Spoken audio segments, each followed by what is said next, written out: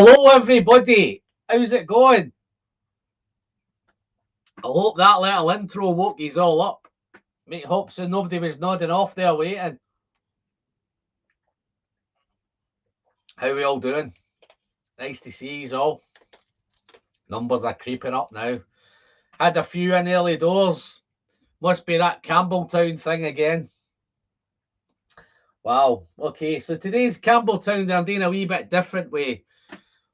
I think I've tackled Campbelltown a lot recently. I've done a little season of Campbelltown videos, Campbelltown whiskies. But funnily enough, I kept getting asked in the comments recently, and it's the most asked for bottle that I've had at the minute, which is this GLEN SCOTIA season release, the 12-year-old. So I don't know how many times I've been asked for it, asked to do a video, but I just finished that Campbelltown series. So what I'm going to try and do today at some point, I'm going to open this one tonight. So I'm going to try and do my little, not a full review, but I'm probably going to try and give you enough information on it, because my inbox is just getting bombarded with requests on this one. So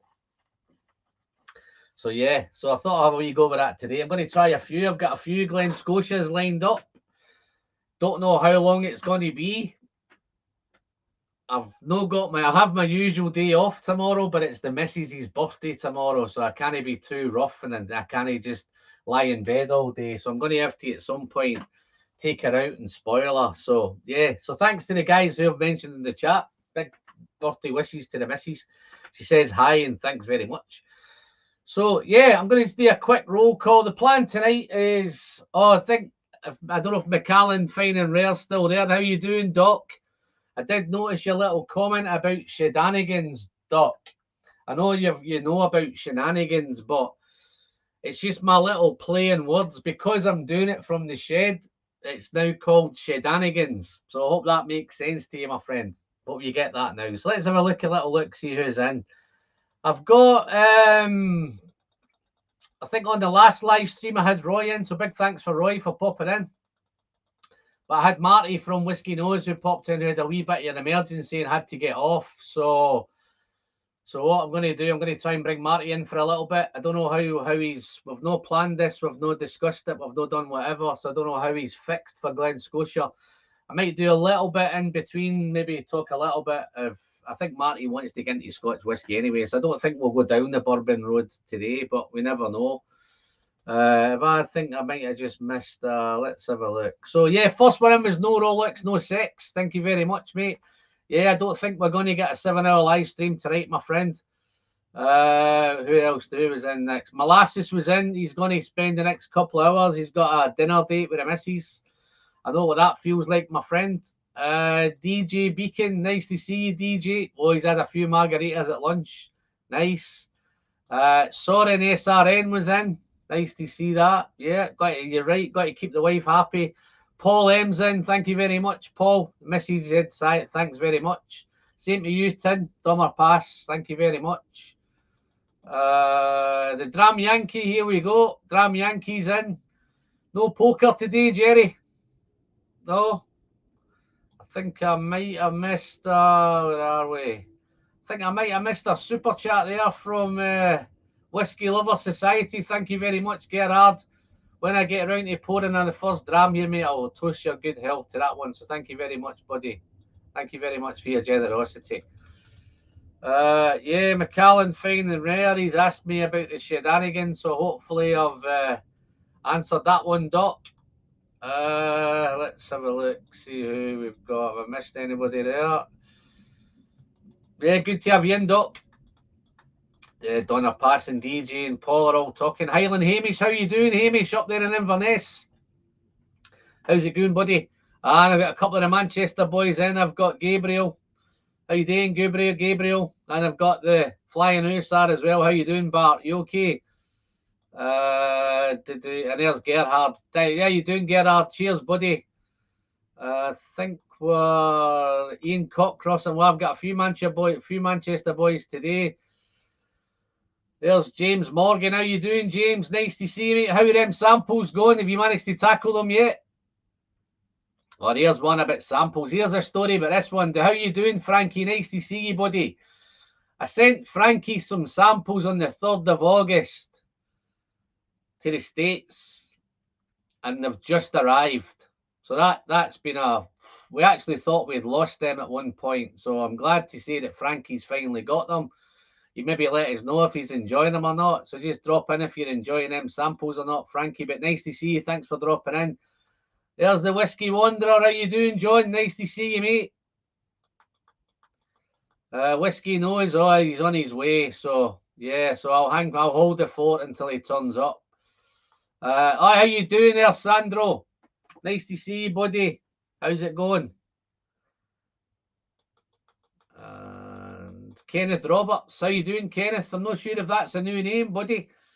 I may be wrong, Kenneth. If it's not, apologies. But thank you very much, my friend. There's David Owen. How you doing, David? Thank you very much. I'll pass on your kind regards, my friend. Thank you very much. I'll pass on those birthday wishes. DJ Beacon, I'm waiting on your sample. I've got my eye on your samples a minute, DJ. It's not telling me much on the tracking. I posted it the same day as I posted Molasses Mike's, and he just got his the other day. So, but his been giving me updates all the time, so I'm not too sure what's going on with yours, mate. But I'll keep an eye on them. You just keep an eye if they come out. Yeah, the Doc's here. How you doing, Doc? Nice to see you, buddy. Thanks for popping in. Yeah, he's got it. He's got the Shedanigans. Yeah. Let's have a look. Andy Cross is in. How you doing, Andy? Nice to see you, buddy. I've got a few of the Manchester boys in tonight. You must be. I don't know what's going on there. Yeah, Frankie's still there. And let's have a look. Papa Q, man, that looks great night for your live stream, Alan. Wow, that looks like another new name. Papa Q. Again, apologies if I've missed them. I'm not great with names, but Gav's Drams is in. How you doing, Gav? Guys, Gav's Drams is there. I don't know if you've checked him out on YouTube, but do us all a favour, guys. Pop over. He's working hard. He's bringing some good whiskey. He's new to the scene, so let's help him get there. Many subs have you on in a minute now, Gav? Many have you got now? I've not looked for a while. Yeah, Molasses, he's got to love them Shedanigans, yeah. Mike Meyer, nice to see you, Mike. It's been a while, buddy. I only have 6 bottles of Scotch, but I'll sample them for this stream. Yeah, no, I'll get into them. Let us know what you've got, Mike. I might have, hopefully you got any Glen, so I don't know if you've got any Glen Scotia. The Glen Scotia 15, they've already are my favourite whiskies. Wow, okie dokie. I'm gonna try both of them tonight at some point. I have a Victoriana to crack open as well, so I've got a couple of bottles to crack open from Glen Scotia. And I think that's me and me. Alan Matt Slinger's popped in. How you doing, Mr. Slinger? Nice to see you, buddy. Late to the party today, Mr. Slinger. You're gonna lie in there, mate. You're normally one of the first ones in. Okay, so wow, we've got a good old start going at the minute. So let me just get something in my glass. Let's have a look. Gav's got, he's got 80. Guys, let's see if we can get Gav up to 100 subs, man. Come on, let's see if you've no subbed, man, get on there and sub up for him. Let's get him for that first milestone of 100 subs. Let's see how that's going. I don't mind if he's leave and sub him up and come back. Yeah. A few other chan. I think Gerhard's in there as well, but I think Gerhard's been in for a while. But if you've not sub to the Whiskey Society, guys, do these guys a favour and bang them some love. Right, let me see. I'm going to get something in my glass first. What will I start with? I may as well start with a nice old faithful not Victoriana. Let's have a look. I'm going to do my last sample of the 15. Got a couple of bottles on order at the minute, the new 15. So just finish this one off. Wow, there it is, eh? Greg McDonald's popped in. How you doing, Greg? Nice to see you, pal. Let's have a look. I blocked off 68 hours for this stream. It's been a while. I'm looking forward to our next bourbon or rye review. Okay, well, no, I'm no adverse to a bit of bourbon and a bit of rye. I don't know when one's going to come, but let's. There you are, Gav. There you've got your first one there. I think Molasses is banged in and subbed you up there. So, yeah, I think Gerhard's there as well. So let's tackle up. Oh, I think I'm going to bring my guest in. I'm going to have a wee quick sip of this. Let's get Marty in. Let's get him in for a bit. I don't know how long he can stay. How you doing, Marty? You okay? Oh, you've got a bit of poor Charlotte on the go there. I'm just going, man. Let's do it. Yeah, that's a bit heavy for me to start with in a minute there, Marty. But let's say I do have it. So if I'm still standing a bit later and you're still around, then yeah, maybe we'll maybe I might have a nightcap with a Port Charlotte 10. There maybe you go. If I'm ready for that. But how you doing? What I wanted to start. So, how you doing, Marty? You okay? I'm doing well, man. Doing great. We had a wee bit of disaster last time, eh? Let's just not talk about it. It was awful. Have you made sure she's not locked in the shed tonight? No, she's not. So everybody's okay. Unlocked, ready to go. Okay, though. Yeah. Okay. Hey, James Morgan. Yeah. Marty, just for the guys, we've got about 38 people in at the minute who probably don't know of your channel. So why don't you give yourself a wee introduction and tell them all about you and where to find you and who you are and all that jazz for a bit? Sure, we'll have a sip of Glen Scotia 15. Yeah, you enjoy that while I talk for a second. So basically, Whiskey Nose, KNOWS, here and over there. It's our channel. We do whiskey and a little scotch here and there. We've been, I guess we're about 8 months old now, doing really well. We just basically do live streams, and I do a new series called Uncut Unfiltered, to where the videos are really not cut or edited a whole lot. Basically, it is what it is, and we just like to get them out so I can tell you what I think of stuff. That's one of the greatest things about this community is nobody's wrong in what they have, and I just have a lot of fun with it. So, and my wife Jenny's usually, when we started out, with me at most of the time, but she's covered up with schoolwork and work, so right now it's just me, but she'll be back soon. So yeah, I just love whiskey and talking about it and sharing it with everybody. So yeah, cheers everybody. Thanks for coming on. Well, no problem, mate. So yeah, no, I know this was a wee bit unplanned, this one. So I know I had my set up with, I don't know how you are with Glen Scotia. Have you ever tried Glen Scotia or anything like that? Have you had a crack at it before? Yeah, Kevin, a buddy of mine, let me have some of his, and yeah, it's awesome. I just don't have any here yet, but that's all right. I've got enough for both of us. Yeah. McCallum Fine and Rare is saying that whiskey and a little scotch. Whiskey is scotch. That's what he's saying there. Marty. Without the E. Yeah, he's having a go there, Marty. There you go. I don't know how Doc is about bourbon. I don't know if he's a fan of bourbon or he's not. I know he's a Scotch man. I know he's definitely a Scotch head. Doc's over there in Germany. What's this? Remember, Marty, he said a wee introduction. That means keep it under 5 minutes. Yeah, thank you, Greg. Yeah.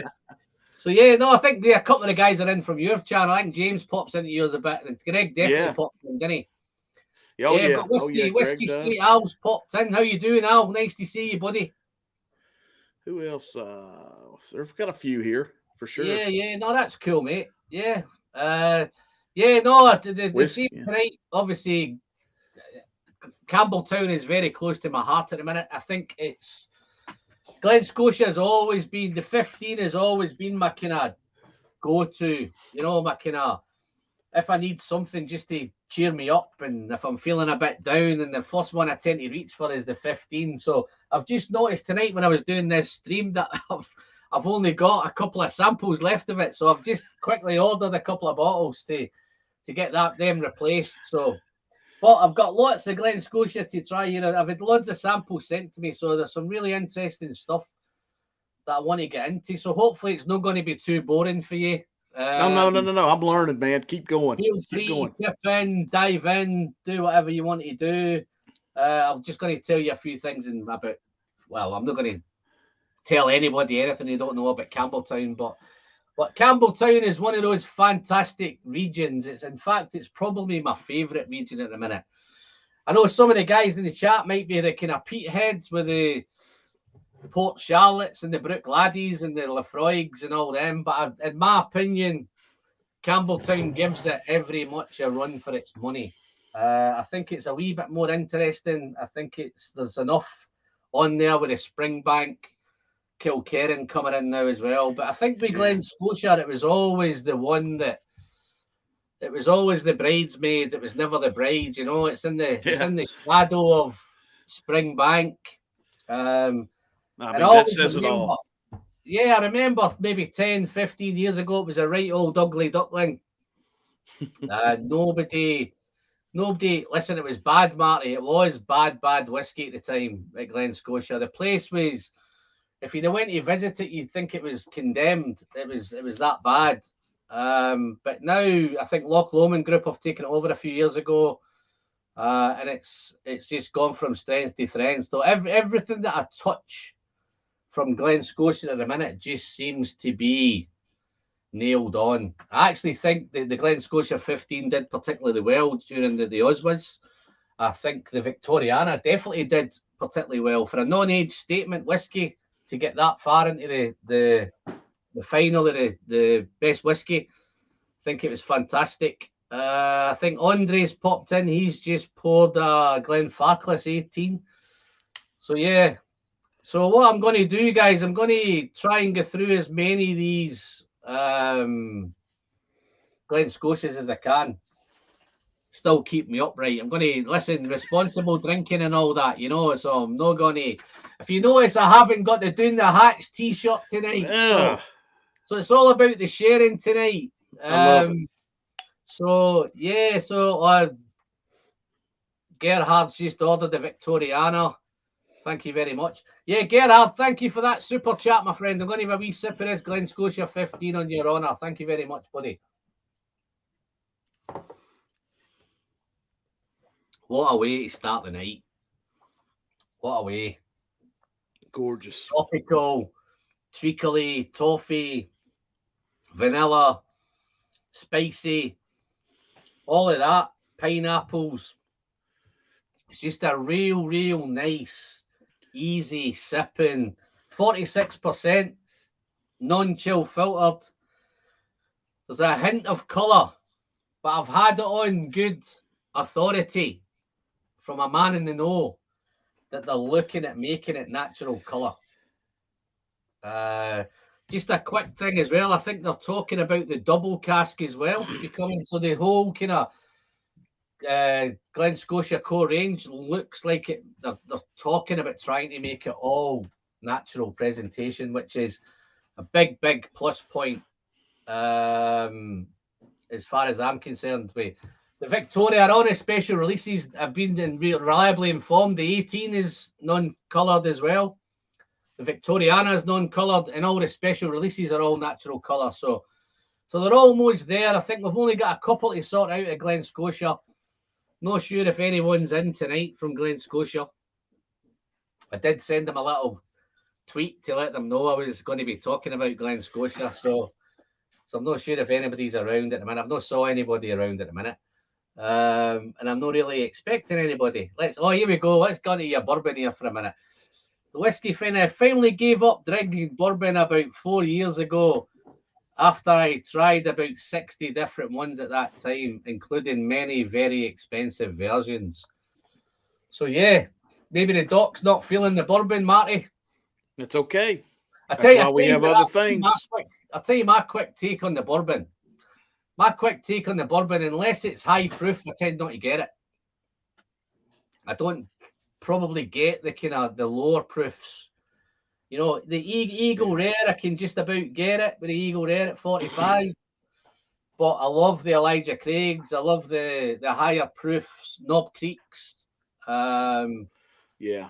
Anytime you start dealing with lower proof on the bourbon side and the whiskey stuff for us is you get so many less dominant flavor notes.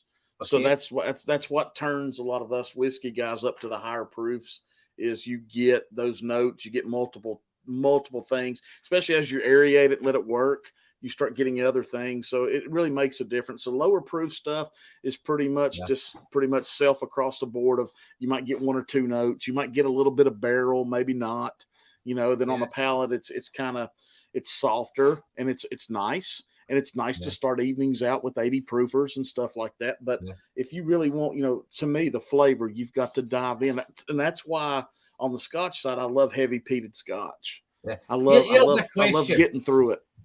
Here's a question then, right? If you were to recommend a bourbon maybe for Scotch guys to try, to maybe get them down that bourbon road, what would that be then? Where would you head them? I would probably send them down the Wild Turkey side, the rare breed.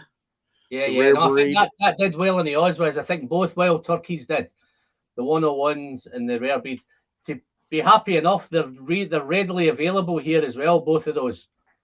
You can pick these up easy enough. The Wild. Yeah, the 101. The 101's great to have around.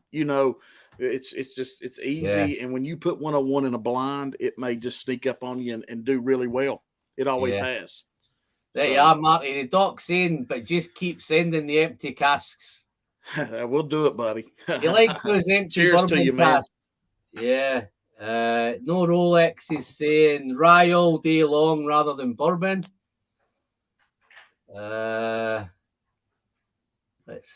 Eagle Rare's great.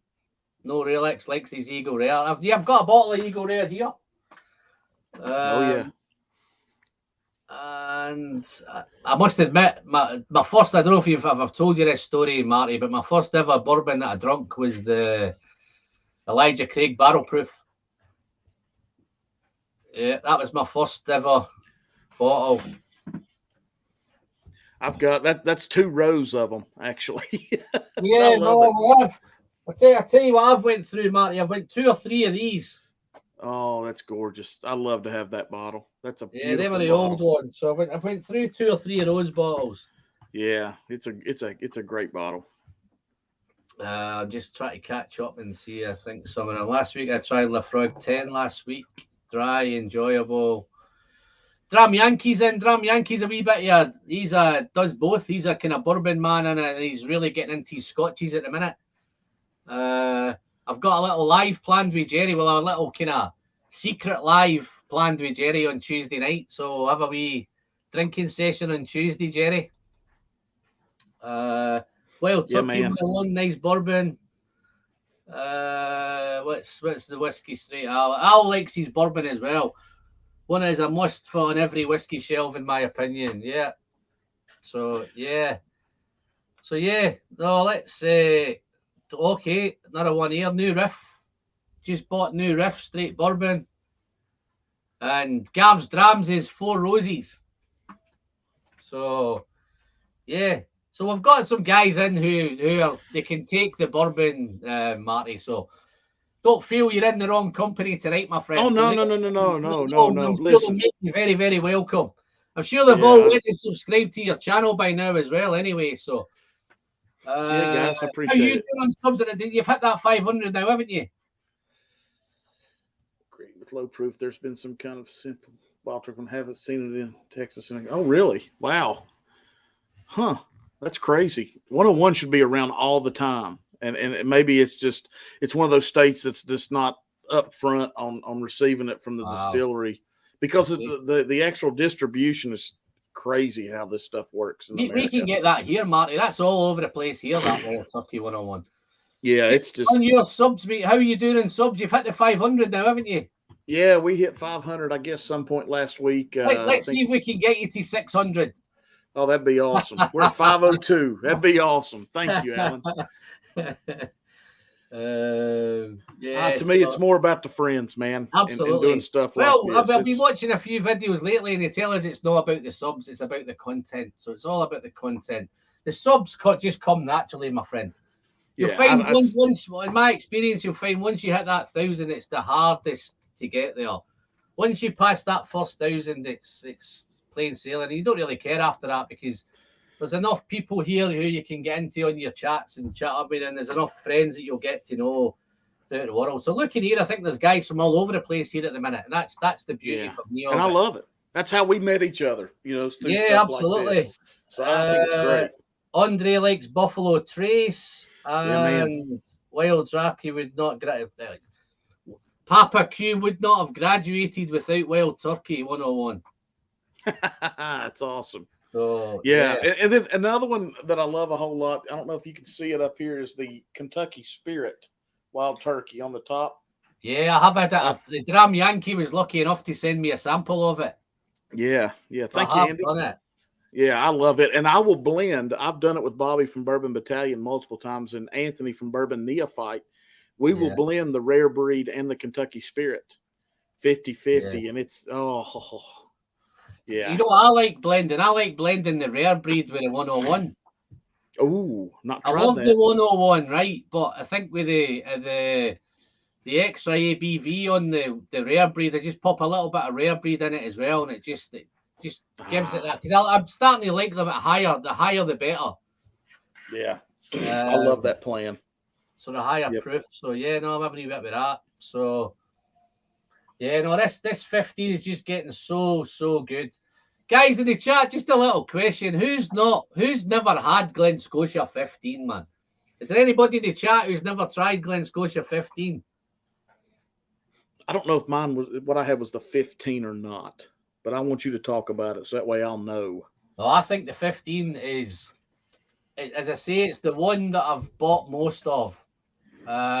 In fact, I just recently done a review on the double cask, and it's the first time that and I didn't even buy a bottle of it. I got a sample of it just to see, because the difference between, I think at the time, the double cask was about 35 to 40 pounds, and the 15 was 55. If I could get it on offer, I could maybe get it about 50. So I didn't think there was much of a difference.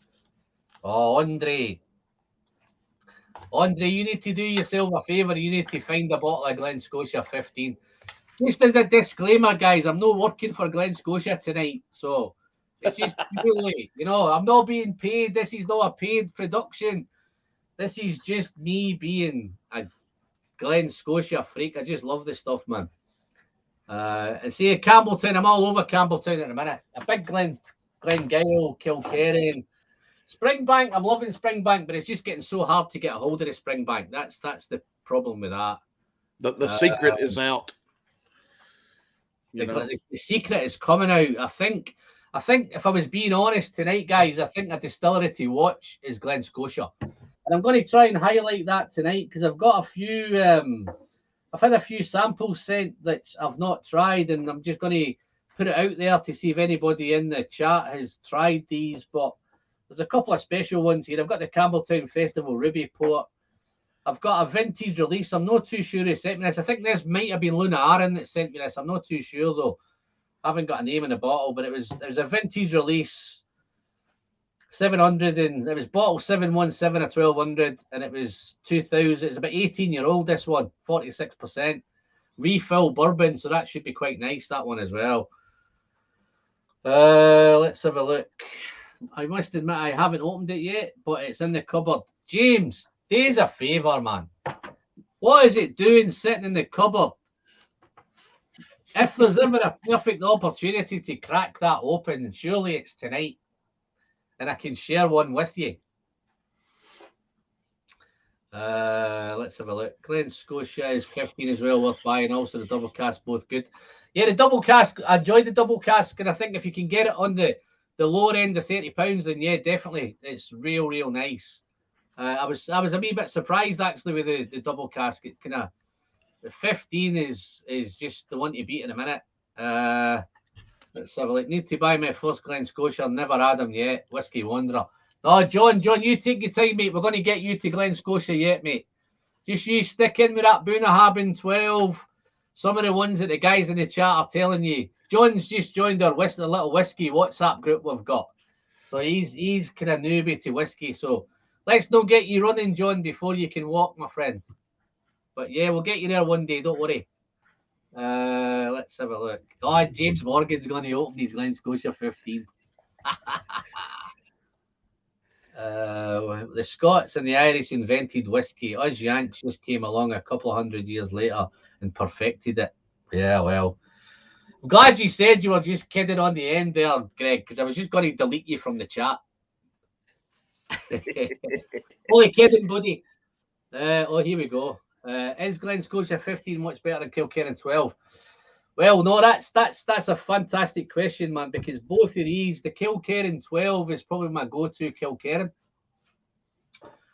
I prefer the Kilkerran 12 to the Kilkerran 16, if I'm being totally honest.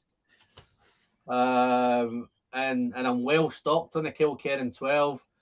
I think they're just different kind of occasions. I think if I want something a wee bit smokier, then yeah, I'll get the Kilkerran 12 out. There's a little tiny little hint of smoke in this. Sometimes I get it, sometimes I don't get it. Oh, there's Robin. How you doing, Rob? Rob, if I remember right, the Netherlands. There are two Robs in the Netherlands. Rob's one of my new Patreons, so thank you very much for your Patreon support, Rob. I have sent you coins over there, Rob. Just let me know if you've got them yet. So just keep me updated with that, mate. I think they take a couple of weeks to get there, so I don't think they should be far away. Molasses is a big fan of the Kilkerran 12. Have you had any of them, Marty? Have you ever had any Kilkerran? Yeah, I've had the 15. I've not had the 12. That's a special one. That's a special bottle. That 15. Yeah, I loved it. I really want to try the 12 after here, and that's why I was writing stuff down as you talk and taking notes. That's the one you should be able to pick up nice and easy over there. Yeah. Oh, here's Greg. Greg's whiskey coin. Greg, how you doing? Greg's whiskey coins. Got whiskey coins in the brain, Marty, in a minute. How you doing, Greg? You okay?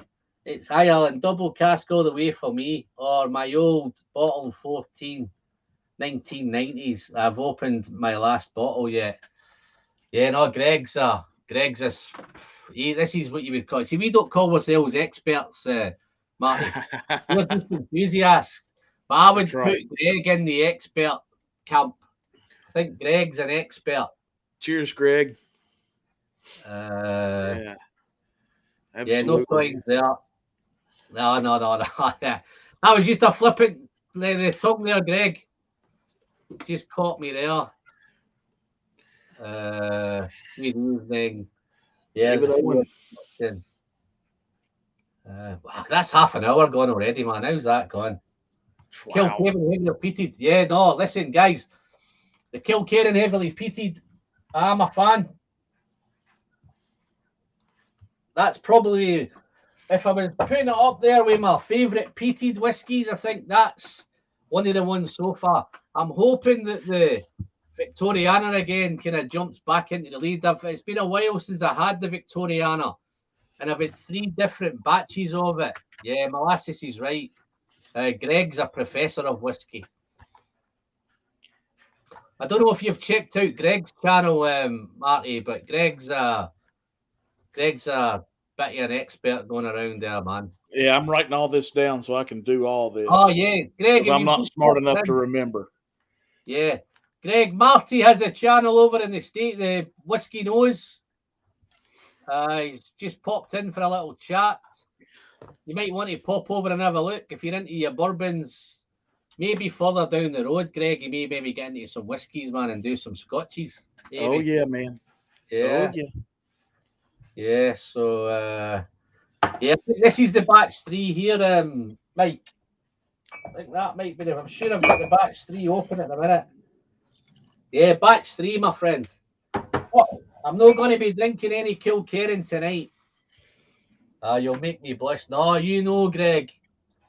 You know you're the man, buddy. You're the man. So, anyway, what are we going to be drinking next, guys? What do you want me to crack open next? You want me to do another sample? Or do you want me to get to this? I might want to keep the 12 a wee bit later and keep these in a wee bit longer. I think I know a lot of you are waiting for this Glen Scotia 12, so I'm going to keep you waiting for that one. I'm quite happy you opened the Victoriana. Yeah, Rob's got the Victoriana as well. Oh, I think another super chat. James, thank you very much, buddy. Thanks for your super chat, my friend. Hey, Alan, let me ask you a quick question. The Kilkerran, the heavy peated, which batch do you like the best? Somebody asked Molasses, I think I asked a second ago. All right. Which batch? I think What's like your all favorite? the Kilkerrans, they've done when they originally started releasing Kilkerran whiskey, it was work in progress. Okay. So I think they put out the first one. I think was a 5-year-old.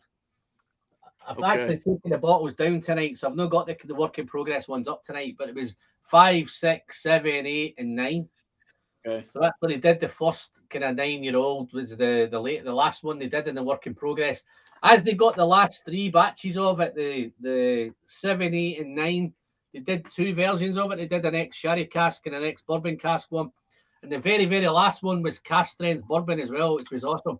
But as I found with the work in progress Kilkerrans, they got better as they got older. Similar to the Glenallachys at the minute, the Glenallachie cask strength is getting better as it gets older. And I feel the same way with the heavily peated Kilkerrans. I think, don't get me wrong, guys, every one of these has been fantastic. But I think somewhere, I'm not too sure if they're actually getting older at the same time as they do them. I've not quite sussed out that information yet, whether they are getting, like the other ones got older as they done them.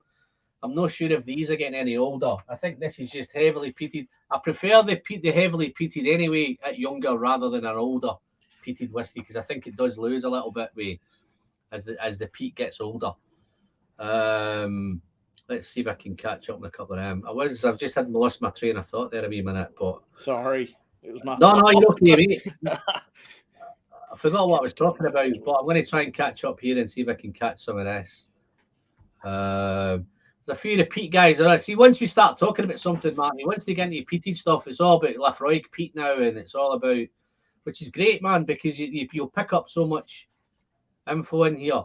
I still have to open my Glen Scotia 18-year-old recently acquired. Greg, well, you know what's coming next, because I had this young lad in earlier, said he had a 15. James said he had a 15 and he hadn't opened it yet. So I have to do the same thing, Greg. Why don't you just get it cracked open, mate, and pour it with us and tell us all about it? So, oh yeah, there we go. The Whiskey Friend, we're about global whiskey friends. Attended the Inter Whiskey Show 2019 in Frankfurt and went to about 6 to 10 tastings.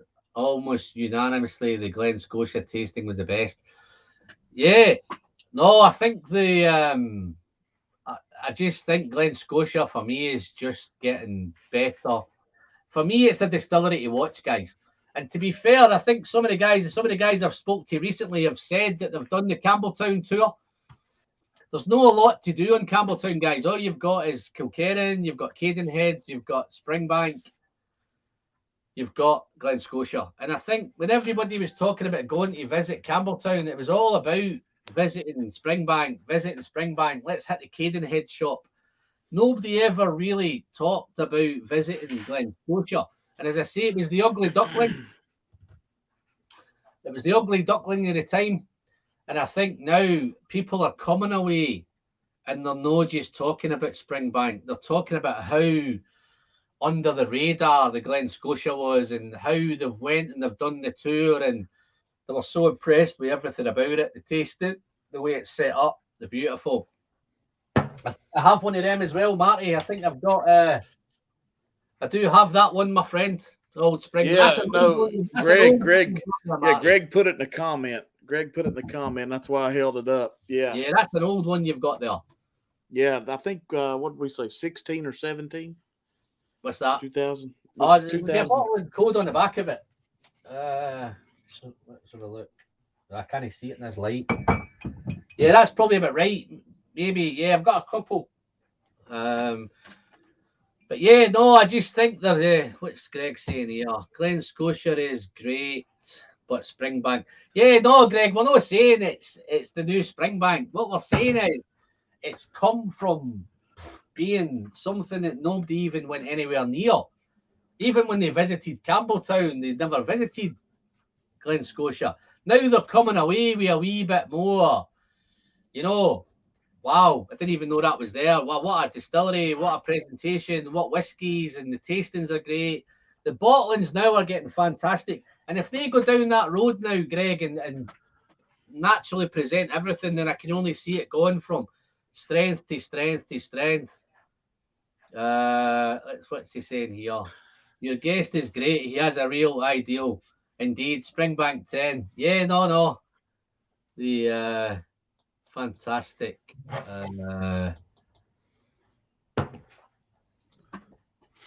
Greg Whiskey Head. I love the Malts Festival rum finish. Will be my pour in that next. It's not my favourite, Gabe. I do have.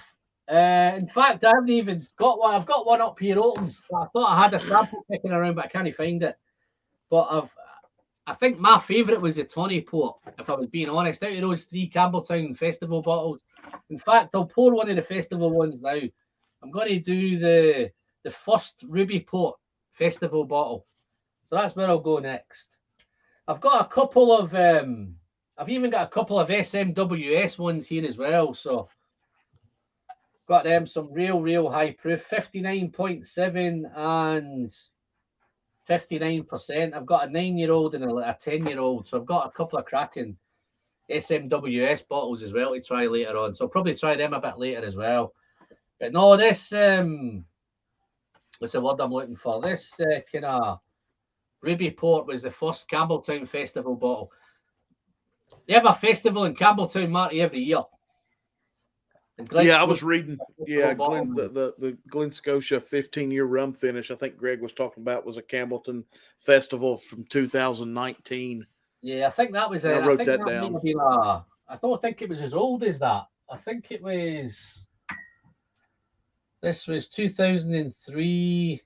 Yeah, it was 15. Okay. Peated. Yeah, no, I told you, Greg knows his stuff, doesn't he? That's right, man. Yeah. But they've done the first one this year, which was the 10-year-old, but it was the first time they'd done it as an unpeated. Really nice. Bordeaux finish on it as well. So, but I think I preferred the, and it's unlike me to say, but I think I preferred the peated ones. I'm going to try and get this out there as guys. I know I keep saying that I'm not a peat head and I don't drink a lot of peat. But as I come to change the backdrops around from time to time, it actually amazes me how much peated whiskey that I've got, and I didn't even know that I had that much. So maybe it sneaks up me. But I'm not a fan of the big, big smoky, peaty bombs.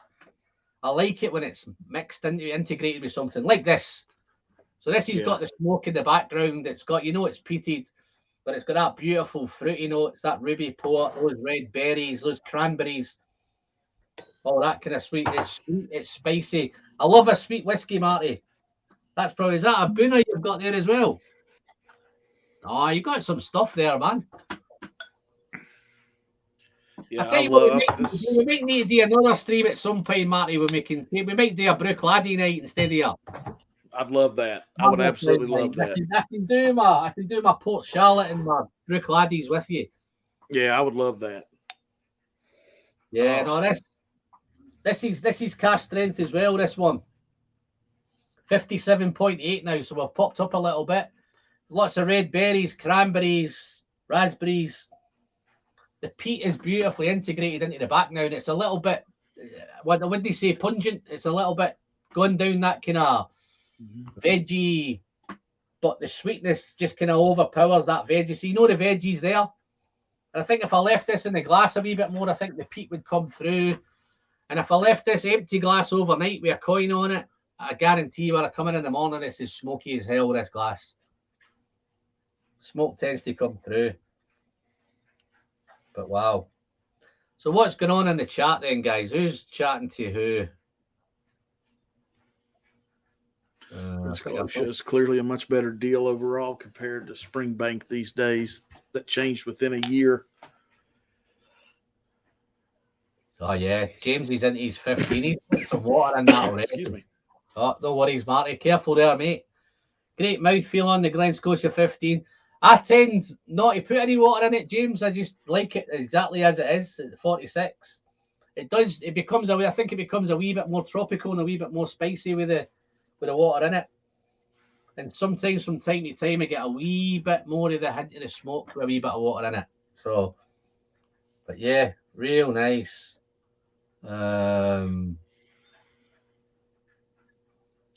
Somebody, Ivan's saying here, Whiskey Mystery done a fantastic tasting on the Glen Scotia distillery tasting. Yeah. Wonder if Gav's got his 100 subs yet. Gav, you got your 100 subs yet? Probably gone. He's probably keeled over.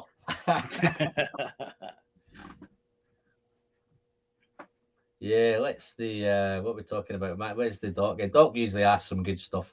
Thinking about availability and prices, Glen Scotia is clearly a much better deal overall compared to Springbank these days. That changed within a year. Yeah, no, Doc, these Glen Scotias, you can pick them up. There's no rush. There's no clamber. Hopefully that stays the same way. I think Springbank at the minute is just so tough to get a hold of. I don't know whether it's if Springbank can up their output and produce more of it, but I just think even if they did double their outtake, I think it would still just sell out as quick as. And that's the only disappointing thing with the Springbank for me in a minute is it's so tough to get a hold of. I think you need to have somebody in the know. You need to have somebody who's connected to pick up these bottles.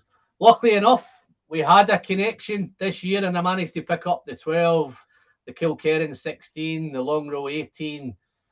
Thank you very much, Justin. I don't think Justin's in at the minute, but he's sitting in the background, keeping himself to himself. But yeah, I think nowadays I started giving up. Even the Hazelburns, the special releases on Hazelburn, it's just getting so tough. That Springbank 10, just to tell you how difficult it is to get Springbank, Marty, it sold out straight away. As soon as that Springbank 10 was released, simple core range, and it was gone. Mike Meyer likes his Udigal. Yeah, not a nice sherry-driven peaty one. Yeah, I think you're right, Doc. With price, the money's great. I don't really want to get into pricing tonight because that's where I might get into a wee bit of a rant and I might get myself in trouble. Everything's getting super, super expensive. I don't know if it's the same over there, Marty. I don't know if the prices are just getting crazy. Yeah, it's bad. And then our secondary's really making things worse too. So it's bad. I think in a minute with Springbank, I think I looked at the auction on Sunday and I think the Kilkerran 16, I think there was 57 bottles on there on that first auction.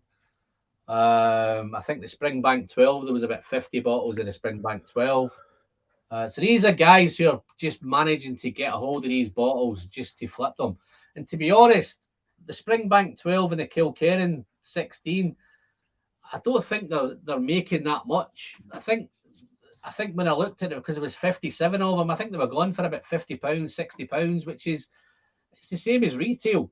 So I don't think they're making anything. Oh, Ian's going to crack open his 11. Oh, Ian, 11-year-old double sherry cask from last year. You know which one that is, Ian, don't you? That's the baby puke one. It's got a baby puke note on that one, Marty. I think it's this one here. Yeah, here we go. Eric Waits popped in. How you doing, Eric? Just a whib of schnozberry. Yeah. No snobbery here, mate. You're the only snob that I know, Eric. I just keep it real and keep it honest and nice to have you. Cheers, Eric. How you keeping, buddy? You okay? Yeah. Cheers, Eric. Okay, I'm trying to keep up with some of these. This is the thing with this chat. I've got over 40 in a minute, Marty, and it's getting tough to keep up with these chats, man. We were up over 50, so somebody's obviously not liked what I've been saying and they've got off. But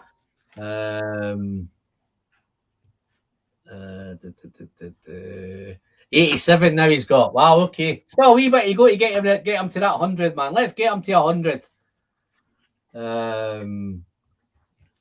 Here we go. Glen Scotia 15. There you go. 15. Some drops of water open up every respect, in my opinion. A fine dram to sip slowly and enjoy. Yeah. No, I like it as it is. I'm not a big fan of adding water. I know people shout, "Oh, you need to get water. You need to get water." Eric's got it saying again here. The pleasure is in the spending. No, Eric. The pleasure is in the sharing, my friend. Pleasure is in the sharing. The spending just comes naturally, my friend.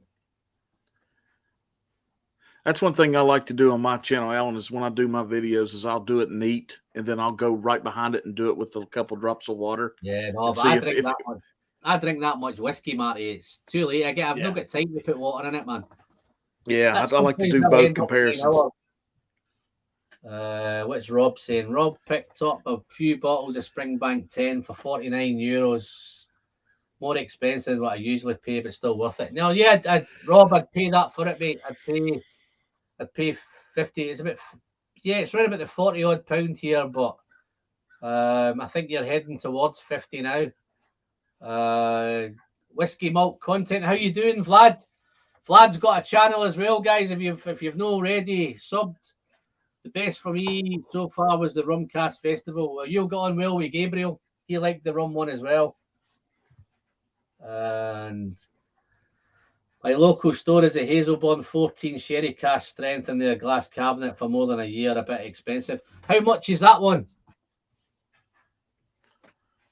14. I think it's this one. Oloroso 14 Hazelburn. Getting to the end of that one. But they've just brought out a new 13. Bourbon 13. Dark as hell, man. But yeah. But anyway, let's stop talking about Springbank. Springbank don't need us to talk about them anymore. Yeah, managed to get that Longrow 18 you told us about on a late night stream. You didn't list it the next day. Yeah. I don't know, did I send you a sample of that, James? I think I might have. I'm not sure if I sent you a sample of that Longrow 18, but let's have a look. Yeah, Doc's got 12 bottles, man. Congrats. Springbank 12 cask string is still an amazing whiskey, and I am very happy to have 12 or so bottles, all older, on my shelf. Yeah, no, I need to send him my address. Yeah, no, he's awesome. better heading over to Germany. You'll meet him in Germany, man. Awesome. Yeah, no, thanks, James. Guys, I keep forgetting, if you've liked the stream, man, don't forget to hit that thumbs up button, man. Apparently it means something. I don't know if you've caught up, guys. They're taking away the thumbs down button, so hopefully you're not going to get a chance to give me a thumbs down. Well, I think you still can, but I think they're not showing it this time. I think it's all about mental health and all that kind of stuff there. Mental health for the YouTube creators. They don't want their mental health being affected by thumbs down. So I don't know why they're doing it, because I can still see it in the back office, so I can still go into analytics and I can have a look at it and see how many thumbs down there is. But yeah, no, I think they mean exactly the same on analytics. A thumbs up is as good as a thumbs down, somebody told me. Yeah. That Glen Scotia 11 baby puke was the only one I did not connect with. Lucky for me, I did not get that flavour. If you look at the back of the box over the top finishing, they did. What was wrong? I think they've over finished it. But yeah, no, I think, let me see if I can still get it. Baby puke.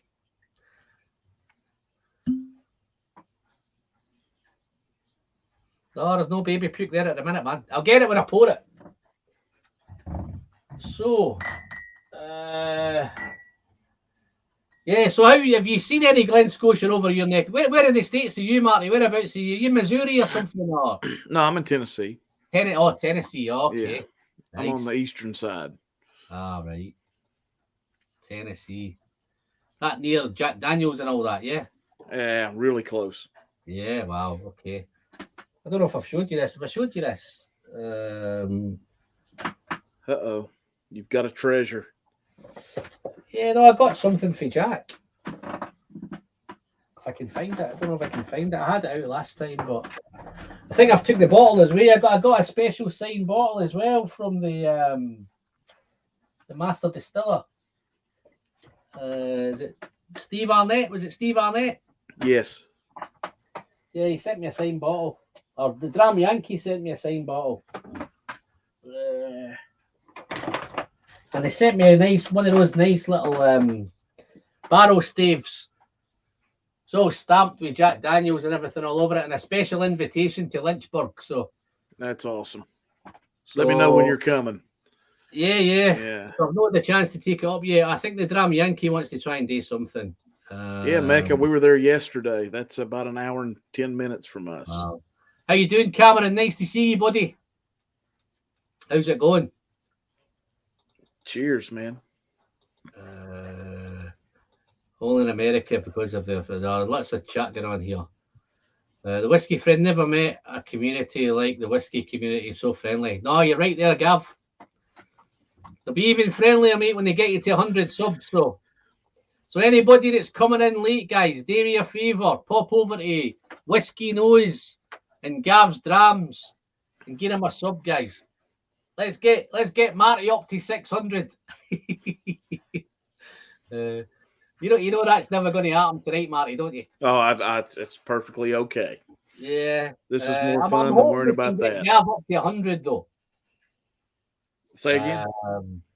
I'm hoping we can get Gav up to 100. Yeah, I'll do that when we get done. I can give him a few there. Samples of Garrison Brothers Balmaria, Hazelburn 11. Oh, that was a special Springbank one, yeah. Glen 25, yeah, no, that's a nice one, mate. Have you tried that yet, James? Dram Yankee, Whiskey Nose, Tennessee, welcome to the Patreon state of shooting stuff. Yeah. Yeah, Dram Yankee's down there a bit, I think. He heads down to Tennessee from time to time, I think. Oh, cool. All right. Holy shite. Springbank 12 prices. 170 euros now for a Springbank 12. That's out of control, man. Crazy. Yeah, so this Ruby Port, all this spent, I think it's spent, where are we? It's been finished for 6 months in Ruby Port. I think this was an 11-year-old, I think, this one. Let me just double check this one. 2008. Yeah, this was 10 years, so it was 9 or 10 years in Bourbon. And then they finished it for 6 months in Ruby. Non-chill filtered, cast strength, natural colour. That's what we like to see. Peated, 57.8% ABV. That's the 2008. I must admit, guys, you can probably tell because I haven't got a 20 port one up there. The 20 port was my favourite. I actually bought a couple of bottles. I always try and keep one. But I didn't keep any 20 port. I just managed to smash all that 20 port. Is it hard to find, Alan? The 20 port? I think those ones are now. I think those are limited editions. So those Campbelltown bottles tend to be limited. The only one I think you might be able to pick up still around is the 10-year-old Bourbon, the latest one, the Bourbon one. I think the others you probably have to go to auction or secondary to pick those up. Wee bit of chat going on there. But yeah, no, this is getting the... What I found with this one is it was a wee bit peaty to begin with, and then the fruit the berries took over. The fruit dived in, muscled it out, got rid of that smoke. That kind of little veggie note that was in there as well is gone now as well. It's all kind of fruit, cranberry, dried fruit, red berries, red apples. That little bit of Campbelltown funk's in here as well. It's a little bit funky, a little bit spicy on the nose as well, but on the palate, it's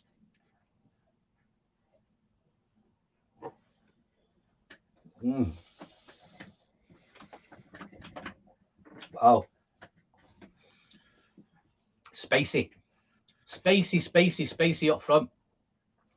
So peppery. Ginger. It's even maybe a little bit, it's got a little bit chili heat now as well. It's getting really hot and spicy and peppery. And then it was dry on arrival. It becomes so mouth-watering. So the complexity's off the charts, man. A little bit of minerality to it, but it's fruity. It's a little bit of fruitcake. So much going on with it, man. Raisins, currants, berries, blackberries, red berries, cranberries, all sorts of berries, red apple, and it's still got that little bit of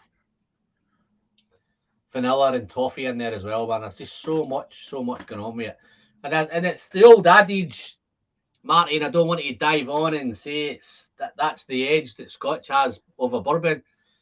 But I think people say that Scotch is that wee bit more complex than bourbon. Well, I agree 100%. Yeah. That's you're dealing with something that's been finished in something else too. So the barrels make a huge difference. So I think it's awesome. Absolutely, you're correct. It's a whole lot more complex to nose and palate too, for sure. Whiskey friend, would you like to swap a Glen Scotia tawny pot for a rummy pot? Oh, well, let me have a think about that, Vlad.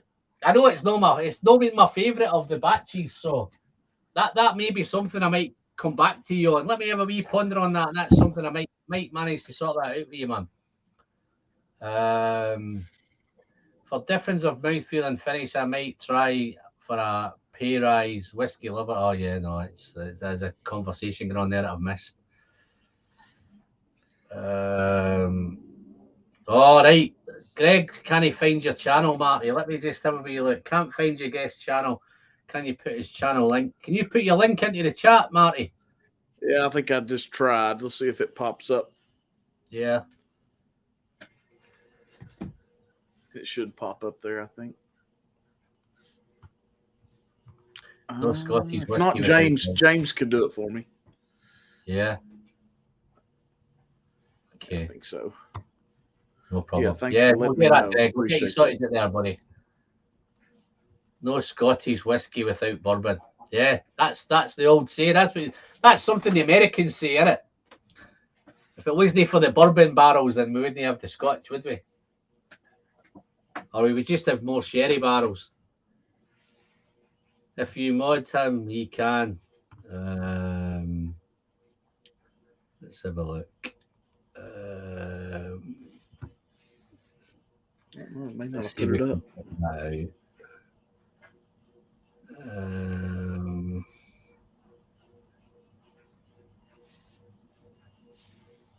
I get your point. History of Scottish whiskey did start without it, though. I think the Scottish whiskey's been going around longer than the America's been on the planet, isn't it? So,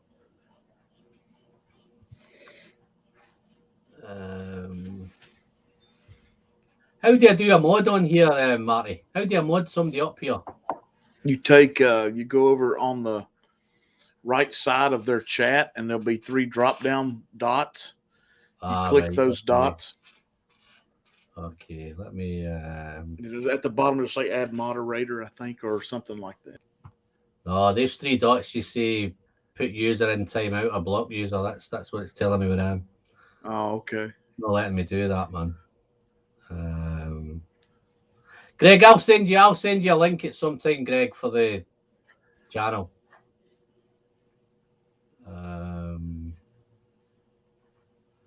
Wow, we've got loads on there. Loads of people still coming in as well, man. We've got Bayou Drams. Happy Sunday evening. That looks like a new name. Oh, look. Have you tried the new 2021 Glen Scotia season release? See, this is the one I keep getting asked for, Marty. You think I should keep them all waiting? Yeah. Keep them all. I'd say, man, I tell you what. The idea why I got this kind of Glen Scotia night, because I've never had anybody email me and chat me up as much as this bottle. Wow. Greg, remember and type in whiskey with an E. So it's WHISKEYKNOWS. I think you should find it that way, mate, because I found it easy enough. But Bayou Drams, that's right. It's the 3 dots next to their comment, not their name, right? Oh, yeah. Right. Let's have a look.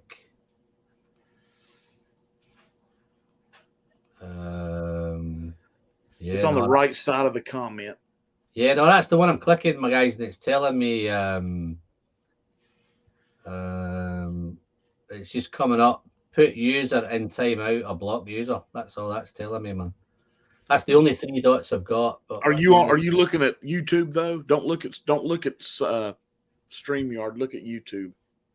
Ah, right. No, I'm doing it on StreamYard, man. That's probably why I've got it then. Yeah, go to YouTube and then do the same thing. Yeah, let's have a look. You keep them talking for a minute, Marty, and I'm going to try. Oh yeah, man. Donner Pass has got it. Yeah, got it. Yeah. Yeah. Whiskey Lover Society's a buddy. Yeah, just added it. Thank you, buddy. All right, let me get back in here. All right, what have I not had yet? I'm saving the Springbank for a little bit later. Yeah. Tonight. Oh yeah, man. I love it. I'm so thankful for Daniel H. and Zach for getting this bottle for me, because I was just learning about this stuff and they said, dude, you got to have this one. And I got it and I'm thrilled. I don't know what I've hit here. I've just hit something here and I've lost everything, man. I've lost all my. I can hear you all, but bear with me. Just you take over a minute, Marty. Well, I find myself back. We're good. We're good. Whiskey Lover Society said, "What's your favorite bourbon?" Well, there's different ways I look at it. There's one that's like, what's my everyday that I can find and it's affordable, and that is probably the rare breed Wild Turkey. I also like a lot of Four Roses. I like Single Barrel. I like Small Batch Select. Those are pretty, we can find those a lot. So then when you start kicking it up a notch on stuff that's harder to find, that's more allocated, that's a little more expensive, is always the Elijah Craig Barrel Proofs. I love them. I think they're fantastic. The 3 releases that they do every year are really spot on. And I just did a video, I think 2 weeks ago, where I did all 3 releases from this year. And the last release, the C921, was what I picked. And I really enjoy it. But yeah, those 3 pretty much all the time. So I've got a sample of Springbank. Yeah. Okay. Everybody, thank you, Rob. Everybody's telling me I need a moderator. So yeah. So I might have a look at this later, guys. I'm watching it in StreamYard at a minute, so I'm not even in YouTube just now. So I'll have a look at this in the future. Doc, I'll make you, if it's okay with you, I'll make you a moderator. It just means, Doc, you have to start. You used to hang around for 9 hours, mate. I don't know if you want to become a moderator to hang around for 9 hours, mate. I'll do it. You know me. Make me one. Yeah, no, it's one of them things. Honestly, touch wood, guys. I don't think I've never ever needed one. Everybody that's on my live stream's a moderator. All right. Okay. I do because I want them to post everything they want that's related to what we're talking about. And we've got so many great new channels. I don't have time to type and link and drop. Just do it. That's how I do it. Yeah, I agree, Donner Pass. It's weird how the sea there must be some place they're storing those in those rick houses that make it special. That's all we've talked about and configure. Have no idea why. Yeah. David Owens getting off to bed. Sorry, David. Thanks for dropping in, buddy. You might want to catch up on the replay, my friend. Catch up with the rest of it. Ryan Reed's popped in. Maybe that looks like another new name as well. If it is Ryan, apologies, mate. Yeah, Rob Means is just subscribed to all your channels, man. So hopefully we're getting a few guys in there tonight. I'll see if I can catch up with this. Okay, Whiskey Friend, got it and just sub. Yeah, he's going to check you out later, mate. So sure. Just subscribe to your YouTube Marty channel, Marty. So you've got a few guys popping in. Yeah, thanks, guys. Appreciate it. Chatting up, man. So it's thanks, James. That's right. You're part of that community too, buddy. Appreciate you saying that. Whiskey Lover Society too. Yeah. Yeah. You ever tried the Glen Scotia Campbell? I haven't tried the Glen Scotia Campbelltown Harbour. That's the supermarket one, isn't it? I've never tried it, guys. I never went down that road. And I know if Eric Waite's still in, he's going to call me a snob, but it's not the case. It's just I've tended not to. I used to, in the very, very early days, when I used to go to the supermarket to do the weekly shop, I'd leave the wife for 10 minutes and I'd head for the whiskey aisle. I tend not to do that anymore. McAllen Rain Fair says no problems, but make sure you've got another one. He's talking about the mod. That's awesome. Yeah, no, it's oh, no Rolex. Do you like Pikesville? Too expensive or worth it? Worth it, as you can see. Love it. About 56 to 65 here. Thank you, Mark. Please appreciate that, you've man. got a few. I think you've got a few in there now, Marty. Yeah, man. I hope Gav's here we go. Eric's back again. The whiskey friend I said snob, not snobbery. All right, okay. From Willy Wonka. Okay, Eric. Got you now, mate. I was just checking you were still here, Eric. Wasn't sure if you just dropped a wee thingy and hiya, how you doing, and then sneaked off when nobody was looking. Wow, the side you guys on the screen is impressive. Yeah. How you doing, Rob? Nice to see you, buddy. Don't know what happened. I think Rob fell out with me. Oh, I'm hoping you've no fell out with me, Rob. Whenever I put a video out, Marty, Rob was always the first one on the video. That's awesome. And I don't know whether I changed my times or not. I'm not too sure, man. But no, I hope you're keeping well, Rob. Hope everything's great, mate. Hoping you're well. There's another one. There's another. You've got an Italian one now, Marty. The old Sandro's subscribed from Italy. Cheers. Thank you. Yeah, I love it. Pikesville's great. Is nice. I think I've got a sample of Pikesville here. Right, where am I going? Guys, I've got a choice, right? I could do the Campbelltown 10 festival, this year's festival, or I can do the Victoriana. What do you think? What would you like to see? Or I can do, I'll save the SMWS ones for the end. The big high ones. I failed you, Alan. I still pay attention, buddy. Great to check in once in a while. No, I'm only joking, buddy. Nice to know you're there in the background, Rob. Just drop me a wee hello every now and again. Go for Victoriana. So let's dive in there and sort out Soren. This is the third batch of this Victoriana. It's got a few labels on here actually when I look at it. That's a pretty bottle. Yeah, awesome, isn't it? Yeah, man. Awesome. But it's got a couple of labels on here. Did you catch up with the Oswas, Marty? Did you catch any of the Oswas? Don't feel you have to say you did. It doesn't matter if you didn't. They've got me on the Pikesville rye now. All right. This Best World Whiskey at the San Francisco Whiskey Festival. Huh. 25-year-old Glen Scotia. I'll tell you a little story of how things change, guys, right? That whiskey won an award at that San Francisco. I tell you, there's two whiskies that won awards at that San Francisco award, right? The Glen Scotia 25 won the award, and the Glenallachie 10 batch 4 won an award at that festival, right? That Glenallachie 10 now is like gold dust. It's like a Springbank. You can't get a hold of them anywhere. As soon as the Glenallachie 10 comes out, it's gone instantly.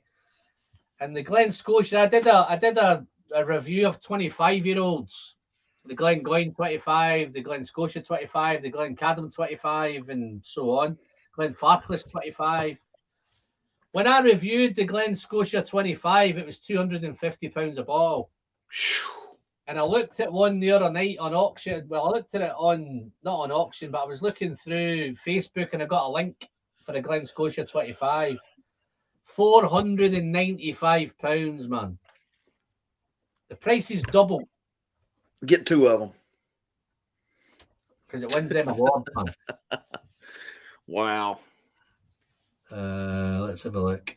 I'm hoping this is going to be a really nice pop, guys. It's been a wee while since I popped one. I did one on my last live stream. I think I popped a Macallan on my last one. Okay, we're ready for this. That was the bad. Oh, man. Let's get a clean glass for this one. Victoriana, eh? Who's had the Victoriana? Rob.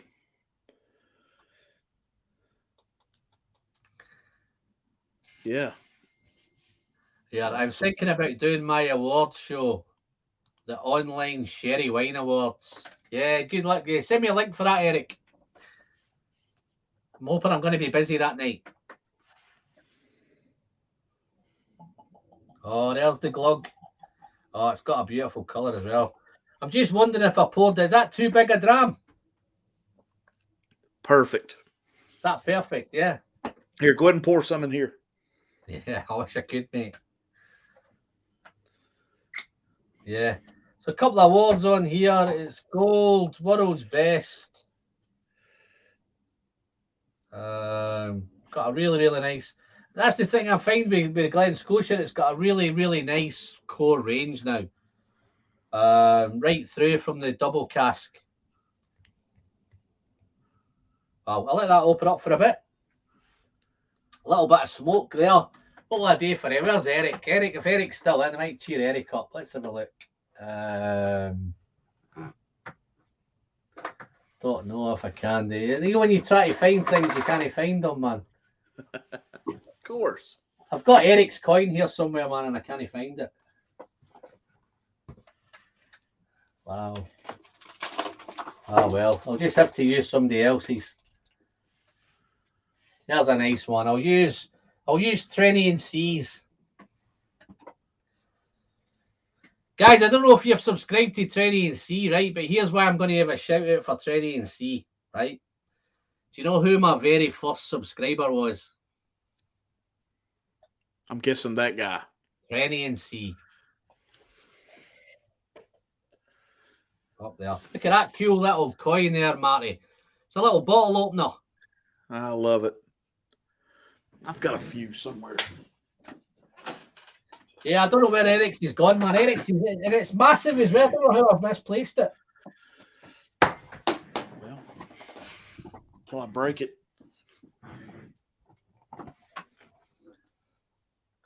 Oh, look. There it is, man. Look at that bad boy. Oh, yeah. Yeah. Oh, Marty's got some coins, man. These are wooden. These are really cool. Yeah. They fit right down in it. Yeah, I like these. Yeah, I don't think can you set the alarm 4 hours or less and still catch the highlights of the day, Eric? Whiskey's has been going to go late. Can you set the alarm for 4 hours or less and still catch the highlights of the day? Oh, has Eric done a live today? You done a live today, Eric? Are you doing one? Please tell me you're doing one, Eric. It means I can get off early, man, if you're doing one. Oh, Matt Slinger's on the Victoriana.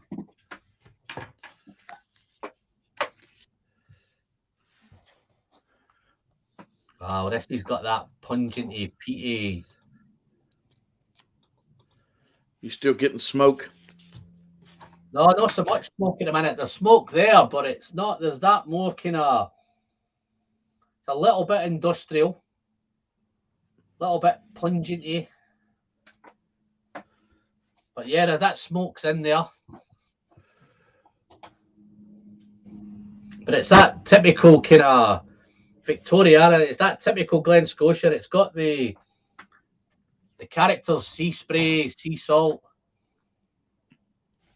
That vanilla's in there, that toffee's in there, the caramel's in there, but it's got that beautiful. This is really funky, Marty.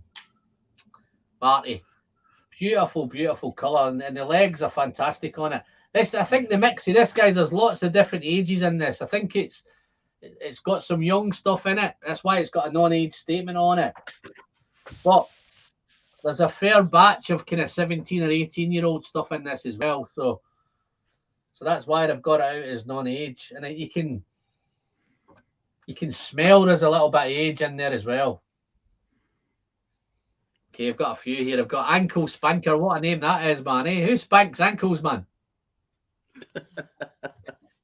Might need a moderator. I think I might need a moderator for that guy. Got some Gloriana. And then I take it. Paul M. Is this Roy? A bottle of Victoriana Autumn. Fantastic stuff. Roy, is yours the 54.2? Yeah, 54.2. There's 3 different batches of this one, my friend. Rob Neens is going to have a Victoria. Oh, there's some guys pouring Victoriana, man. Feel the love for Glen Scotia, Marty. Sipping on a Macallan 15 now, though. Graham 5000 Klepto. How are you doing, buddy? My fellow Glaswegian. He's sipping on a Victoriana now as well. James, so what did you think of the Glen Scotia 15? Are you glad you opened it? Yeah, no, that no sex, no Rolex. Are you talking about the Victoriana? It's just been on offer on the... No, Pikesville. Pikesville Rye. That's what we were talking about. Yeah, that's fine. Yep, that's what it was.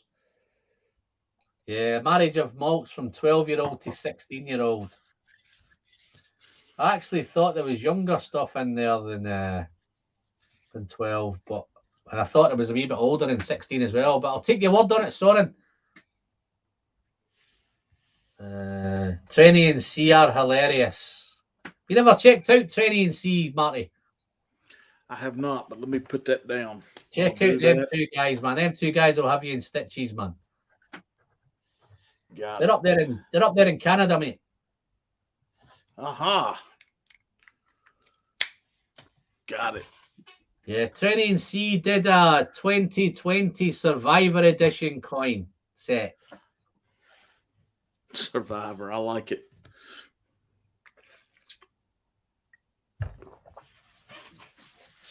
Yeah, I thought that as well, Doc. I think Michael did. I think I did catch up with Michael saying that. There is some 9-year-old stuff in it. I think it went up to maybe 17 or 18 as well in there.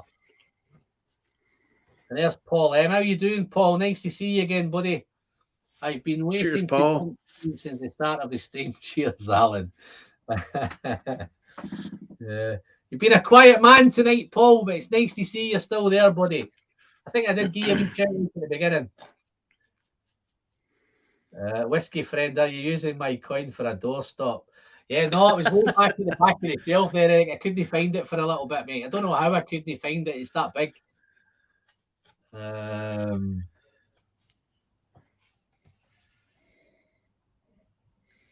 Can be buddy. Don't get the. Yeah, no, I don't get a lot of smoke either. Yeah, you're right. There's definitely the Rob's nailed it. It's definitely got that caramel, vanilla, toffee. The chocolate's definitely there as well. It's like a salted caramel with that sea spray and that sea salt. It's more a kind of salted caramel. Creme brulee. There's definitely creme brulee as well. That on the nose, it's creme brulee. It's smoky, it's spicy, God. And there's a little bit of kind of. I get a wee bit of kind of furniture polish on the nose. And then let's have a little sip and we'll kind of see where we're going with this. Can't wait any longer, man. Yeah, do it. Cheers, man. I wouldn't say it's the nicest nose I've smelt this year. But there's enough there to kind of get you occupied. But let's send it down the hatch. Down the hatch.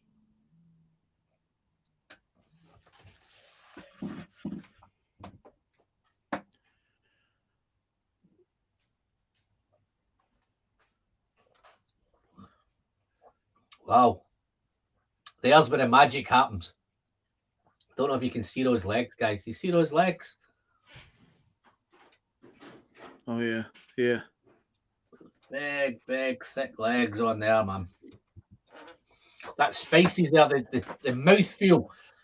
The texture's wonderful. It's thick, it's oily, it's even syrupy. It's rich. It's nutty. Spicy. And then, as it develops, it's gone all kind of jammy. Maybe some blackcurrant jam. It's fruitcake with smoke. It's like a smoky fruitcake. Does that make sense? Mm-hmm. Raisins, figs. Getting a bit of leather and a bit of tobacco as well. Let's have another sip. Wow, I can see why this made the final. Made the final 6 of the Whiskey Awards.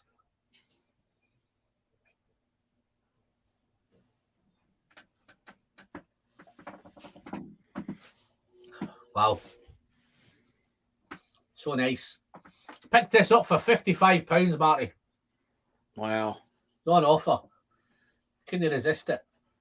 But now I know why. And it did, highlight, like you said, sorry, it did so well. It did so well in that, in the award. Yeah, got to the final. I'm trying to think where it finished in the final. I think he maybe second or third. I think it was second or third. And you can still find it. This is where I know I'm going to get a wee bit contentious here, but obviously there's some guys in. I think most of the guys picked up on the awards. It's not been all plain sailing with the awards. R&10 won best whiskey. R&10 won best entry level whiskey, and it won best overall whiskey. So there's a wee bit of contentions about the R&10 being the best whiskey.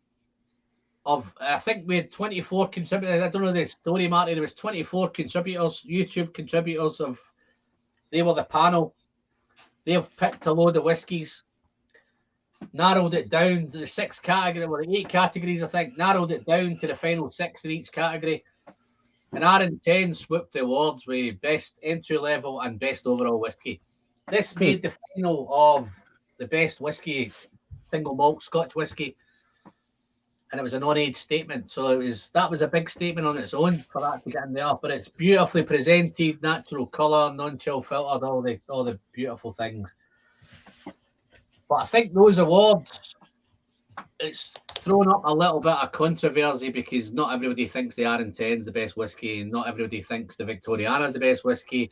People are wondering where Ben Nevis is. They're asking where Springbank is, and I think you can only take it from the awards, and the 24 channels initially put those together. But when it came down, the People's Choice Award at the bottom, so you could pick your choice, and you could then add what you would like to be the winner. And I think even in that best whiskey, I think the R&10 won it, but it came second in the People's Choice, which still means it's still out there with the people. Springbank 12 beat it, and I think that was the People's Choice was the Springbank 12. But I think because the contributors didn't put Springbank in because of its availability. Price is great, the quality is great. So I think from that point of view, I think this thoroughly deserved to be there. And hopefully the awards go on to next year. I think they're talking, maybe hoping that somebody takes up a bourbon version over there in the States, mate. Some sort of idea, the bourbon version. I'm hoping maybe Jason and Mashing Drum or something takes that up and takes it on. Yeah, we've talked about it. Several of us channels getting together and kind of do like an award show, and we do it with bourbons and also with different channels. So we're working on something. It may be a year or so down the road, but we've talked about getting something going for sure. Great idea. Yeah. Oh, this has gone really funky now, man. It's got that funky, earthy, veggie. But at the same time, it's right. It's tropical fruit, pineapple. Not quite got the banana there, but I've got melon, pineapple, lots of pears, lots of apples. That funky stuff there. The waxy polish is definitely there as well in the nose. Wow. And then let's have another sip of this. You'll probably see how quickly this one goes, Marty, because this is when I know I've got a good one, mate. Because this I might end up having to pour another one of these, mate. That's where we are.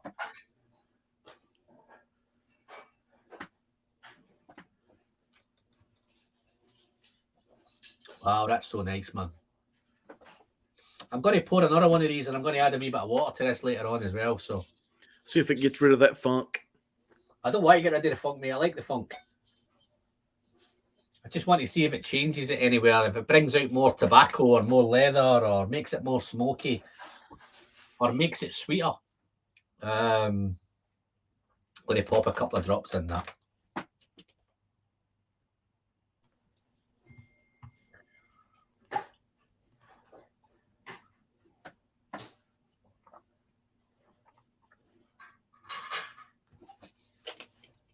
got a riot going on there in the background, Marty. Yeah, just a little background noise. No big deal. Got stuff going on. I'm going to pop Eric's coin on this one. Yeah, do it. So yeah, loving this. Who's up for the Glen Scotia 12 Sherry Cast next? If you're in the chat and you want to see the Glen Scotia 12 next, give me a thumbs up. Just as well, guys, I've got a new microphone as well, so if the sound's okay, just give me the thumbs up and let me know the sound's all right. No, not that kind of thumbs up, Marty. That's my little ploy to get thumbs up, man. Yeah, that's right. Okay, here's one. Yeah, you're getting the waxy, but yeah, I got the waxy polish on the nose, but on the mouthfeel, there's easily, it even reminds me of a wee bit kind of Klein Leash, that waxy Klein Leashy mouthfeel. What's this one here? What we got here? See, this is the amazing thing. You get so much, man. Cow dung. Love the cow dung funk. That's what that kind of earthy, you know, that kind of. I didn't want to say cow dung, man. The last time I said baby puke, I got shot down, man. But that's even better. That is a perfect nose there, Graham. Cow dung, man. Funk. Cow dung funk. Yeah. And I sent him some Glenallachie 14 all across. That was lovely stuff. Tanned a lot. I love the that's a comment, isn't it? Tanned a lot. That's a Scottish comment, that, mate. No smoke, but salty and seaweed. Down the hatchway, Alan. Send it. I think I'm a wee bit behind here, I think. I get grilled fish smoke, kipper smoke, and massive spice. Wow. Yeah, no, I'm getting the salty caramel and the chocolatey. That cow dung, now that you've put that in my mind, I can't get that cow dung out of my mind now,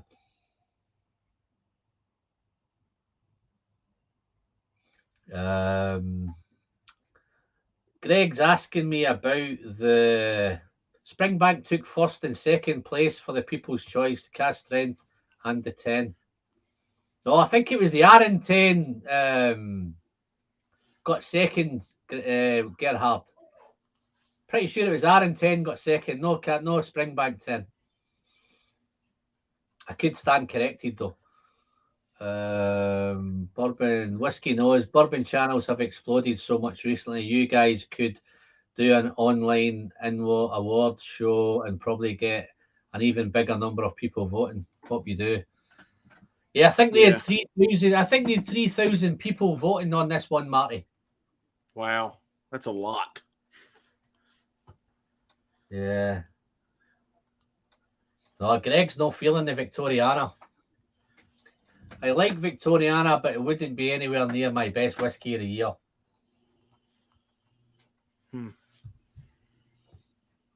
I know I've probably linked this with the awards, but just on a Glen Scotia thing, I think this is just another fantastic addition. Hey, Alan, you said that's non-age stated, right? Yeah.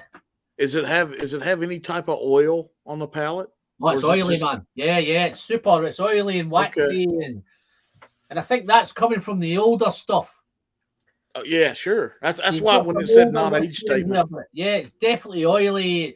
It's even bordering on a wee bit syrupy, and it's waxy. It's like kind of candle wax. It almost reminds me of some sort of Klein Leash, maybe somewhere along the line in a roundabout way, man. But it's got that kind of Klein Leashy mouthfeel to it. Okay. But yeah, no, I'm glad to see the cow dung's easing off a little bit.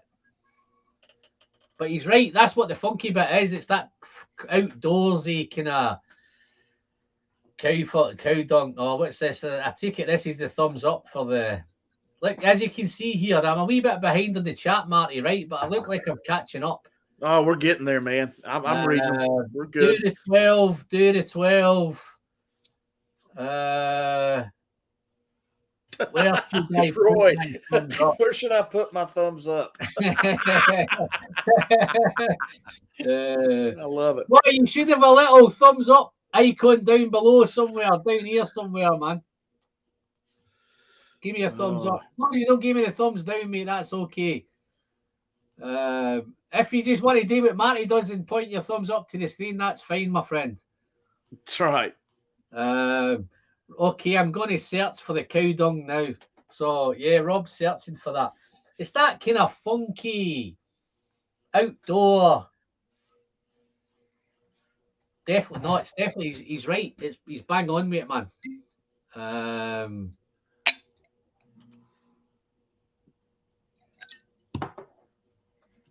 Okay, Gerhard's telling me it wasn't his R10. Okay, I'll hold my hands up, Gerhard. I might need to go back and rewatch it again. I think Kilkerran won People's Choice for Best Angry Single Malt. Yeah. That might have been where it was second, actually. It might have been second to the Kilkerran 12. That's probably where it is. Sandro Cow Dung. Do you live near a dairy farm, Alan? I like that too. Wow. I tell you what it is. You know when you're driving out in the country and you get that whiff. Oh, I do. Yeah. I live in Tennessee. Yes. That's that whiff of that. You know, what is that, man? But you know exactly what it is. There's a little bit of that in here. And that's where I think Glen Scotia has that little bit. The funky thing that I think Springbank Funky is a wee bit more kind of industrial, kind of diesel, and kind of Edradour's the same. It's got that road tar. It's got the industrial mechanics overalls. Yeah. You walk in oil and grease. Oily and greasy, and yeah.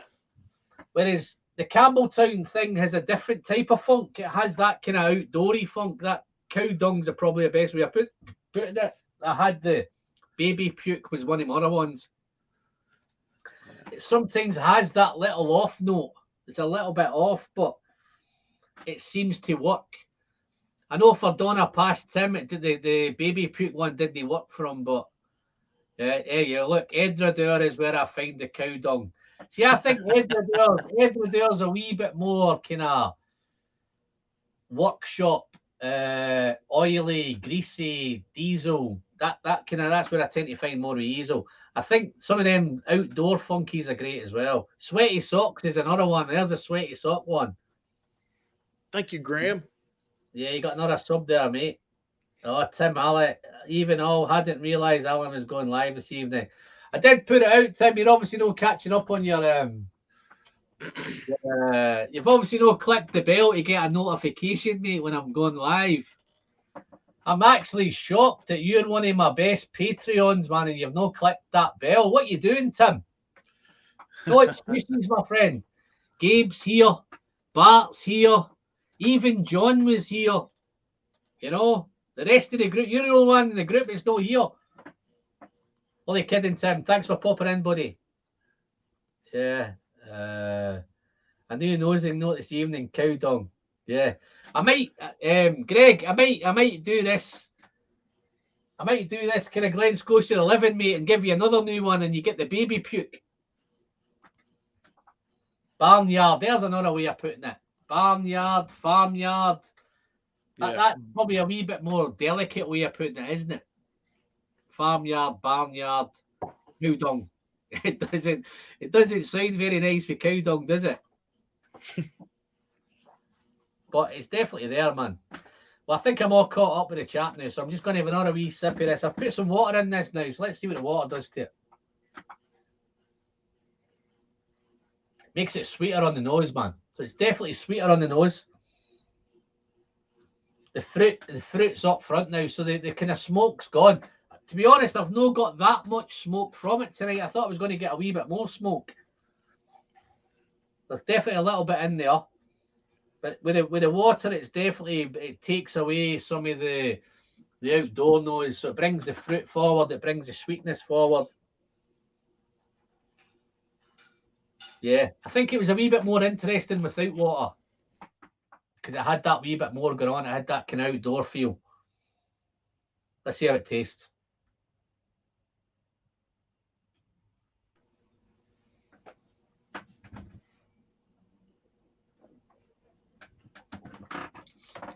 I think where this really comes into its own is the palate.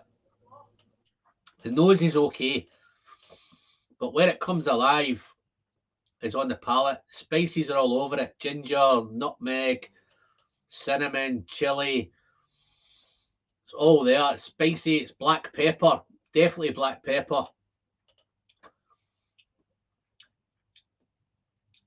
Wow. It's oily. It's creamy, buttery, syrupy. The red fruit's gone a wee bit more away with the water. There's not as much tropical in this now, either. But ripe banana on the nose with water. I didn't get any of the tropical on the nose. I think Greg's getting off. Let's have a look. Getting seriously dozy, so I might take a nap at least. Cheers. Cheers, Greg. Hey, take a nap, mate. I'll probably be back here when you've had your nap, mate. So pop back and have a look. I know David Owen's done a lot. The last couple of live streams that I've done, David Owen got off and went to bed and then got up for work, and I was still on. So I don't think that's going to happen tonight, Greg, but you never know, mate. Whiskey Lover Society. Yeah, tonight, actually, at 10 o'clock Eastern, I will be battling Trev the Bourbon Wrench with a blind set up by about 4 chats down by Rob M. So that'll be later tonight. So yeah, it's gonna be a big night. What time's that going out? 10 Eastern. So how far away is that from now? Let's see, 4 hours. Wow. Yeah. Wow. Can you go from one to another? Shoot. I've got to eat something at some point. Or I'm no worries. I'm only teasing you, mate. Oh, I know. I was sitting here thinking, "Dadgone, I'm on this good scotch. Now I've got to go back to the bourbon." Yeah, no. Yeah, there's Rob M. There's my man Rob. Yeah, one of my first Patreons right there. But wow. yeah, Whiskey Lover Society tonight, man. Throwing it down on Livewire Whiskey is where you can find it. Okay, Tim said he's never had anything. Tim, what have you never had? I must have missed something. Let's have a look what you've had, man. I've never had anything like this. So let's up for a few more hours with this one. You were right about the water. I don't know what he's on. Tim, let us know again what you're on, mate. I'm hoping it's the Victoriana.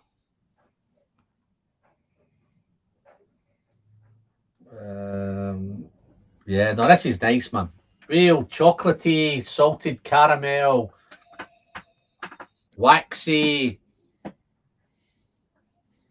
Does it still have the tobacco leather notes, or did it go away with the water?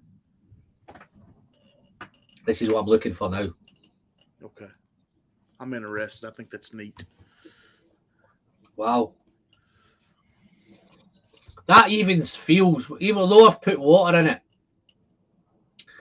it feels like the ABV has gone up. I think it's... I've had that happen. I swear. I did it with the 17, whatever I did the other night, the 1792 comparison. I swear I thought when I added water, it tasted hotter. Well, it's smell. I think it's just spicier. It's gone spicier. So I got a wee spicy nip there, a black pepper nip. Yeah, on the finish, there's a little bit of leather and tobacco, but it's sweet toffee.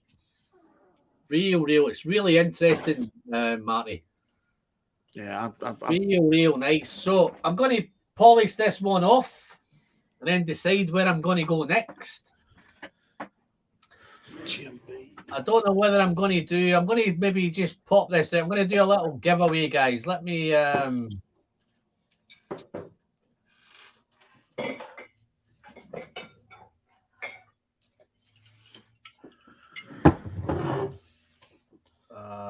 should I do a giveaway? Will I do a giveaway? What should I give away? Well, if I do a giveaway sample pack of Glen Scotias, man, how's that sound? What does that sound like? Does that sound any good? Abso-daggone-lutely. How will I get people to enter, Marty? What do you think? How will I get people to enter for this? Will I get them to super chat? What do you think? Yeah, that's what you do. All right, guys. Let me do I've done it before. Let me do a little giveaway pack. I'm going to do six Glen Scotias. Or if you win it and you don't want Glen Scotia, I can sort out 6 or whatever you want to have. So if you don't want a Glen Scotia, let me see if I can pop a banner up here. Let's have a look.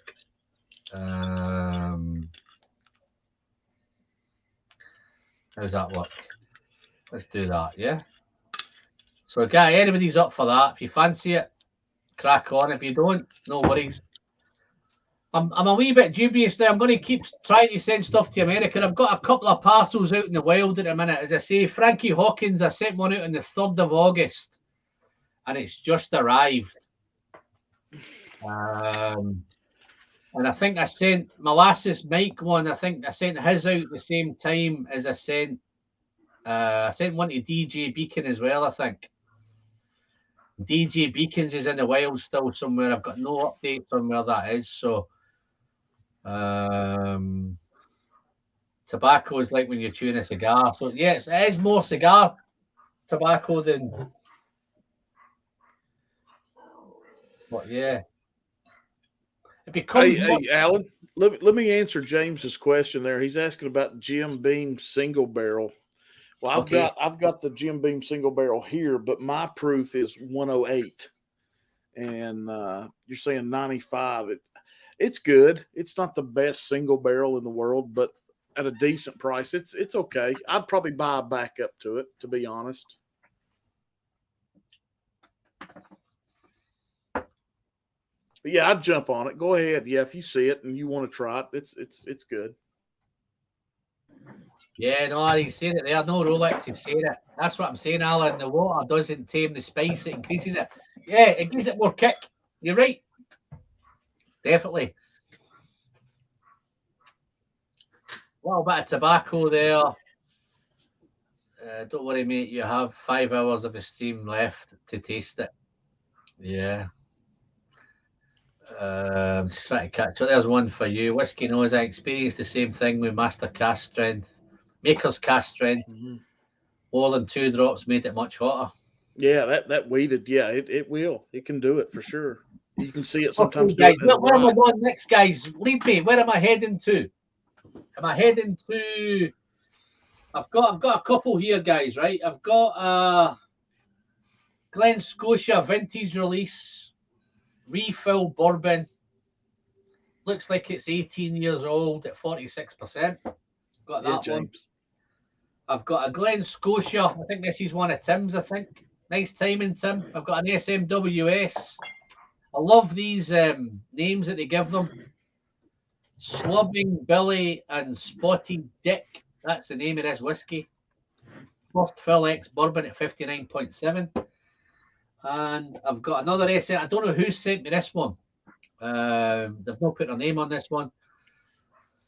It must be somebody in the group because it's one of my labels that was on it originally. So it must be one of the Manchester guys have sent me this. SMWS 9-year-old Glen Scotia, 59%. I think this might even be Stewie that sent me this. I'm pretty sure it's Stewie, maybe. I'm not too sure. So we've got a couple of new guys in. Pristine Scales, yeah. In what's going on, showing some love to the GOAT. Yeah. Cheers, man. First fill, 1952. It's a brilliant bottle. I know it's an on-air statement. I'm sure it's an 8-year. The 15 is a massive malt, dark fruit, almonds, beautiful mouthfeel, amazing finish. Glen Scotia deserves applause. Quite right there, buddy. I think the Victoriana ranges from 9-year-old to 16, 17, 18. So there's different ranges in there.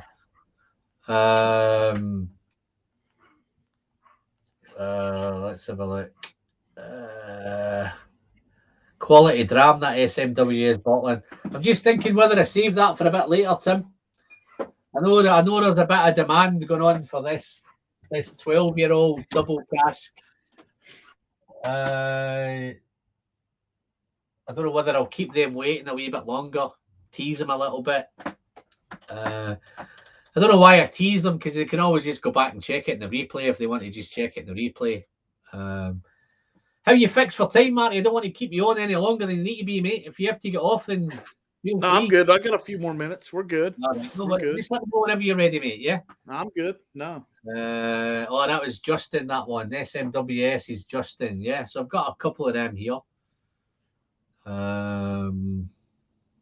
Honest to God, I think Glen Scotia 18 is just a beast of a whiskey without paying much compared to the 25. When we did the Glen Scotia night, we actually picked the 18 over the 25.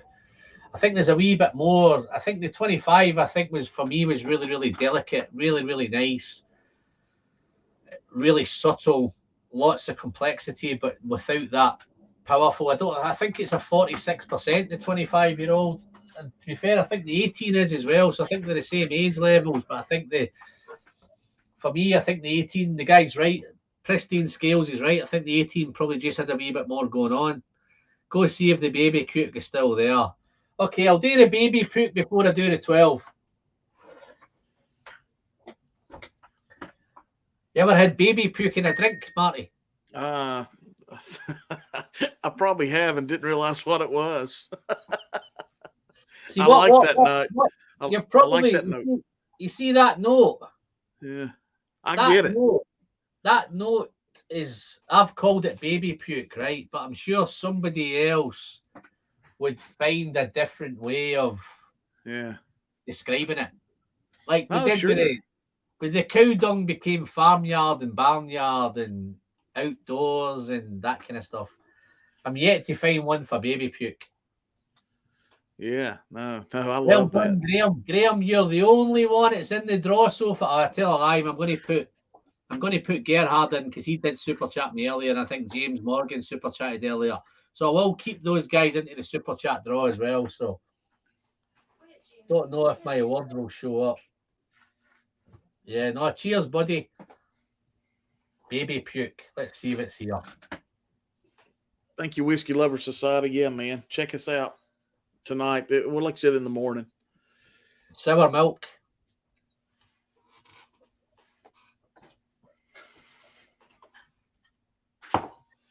What do you think about Four Roses single barrel? I think he's going to pull one out. That's the barrel strength, and I've got another just regular the single barrel behind me. I love it. I keep it all the time. All the time. Cheers, Rob. Cheers, buddy.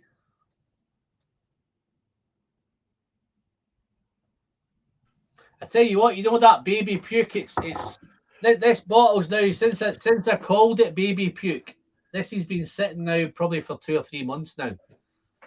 So that's actually developed quite nicely in the bottle. I wouldn't give it a baby puke note anymore. I'd still say it's got that typical Glen Scotia character. It's definitely got that kind of sea breeze, sea salt, that kind of coastal. There's a little bit of a nice little kind of perfume note on the back of this now. So that baby puke has really changed to something floral and flower basket. What a transformation that's made, eh? Baby puke to flower basket. Don't we just love whiskey, eh? What whiskey can do. Wow. There's still a nice little funky thing going on, but it's not as prominent as the pukey baby note, but spicy. A little bit of toffee, a little bit of honey. Real nice. This is double sherry as well. But I'm not picking those. There's maybe a little bit of red fruit, but it's not prominent. Wow. This is 11-year-old, so we're building up to the 12-year-old, Marty. Get it, man. Do it. I'm dragging this out, innit? I like it. Yeah. Dragging this out, man. Wow. I'm actually glad I've poured this because I've left this alone for a bit.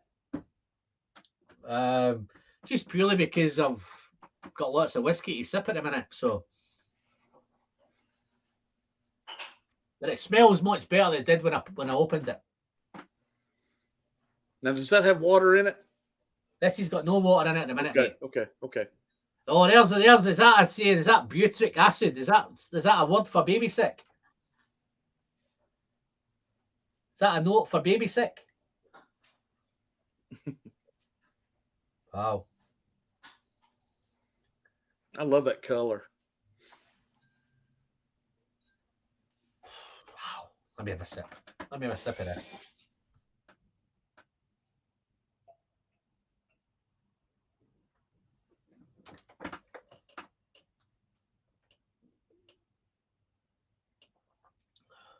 Wow.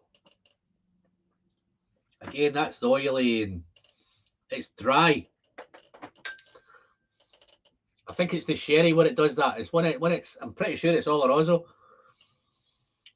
When the sherry hits your palate for the first time, it sucks all the saliva out of your mouth. You know when it goes super dry.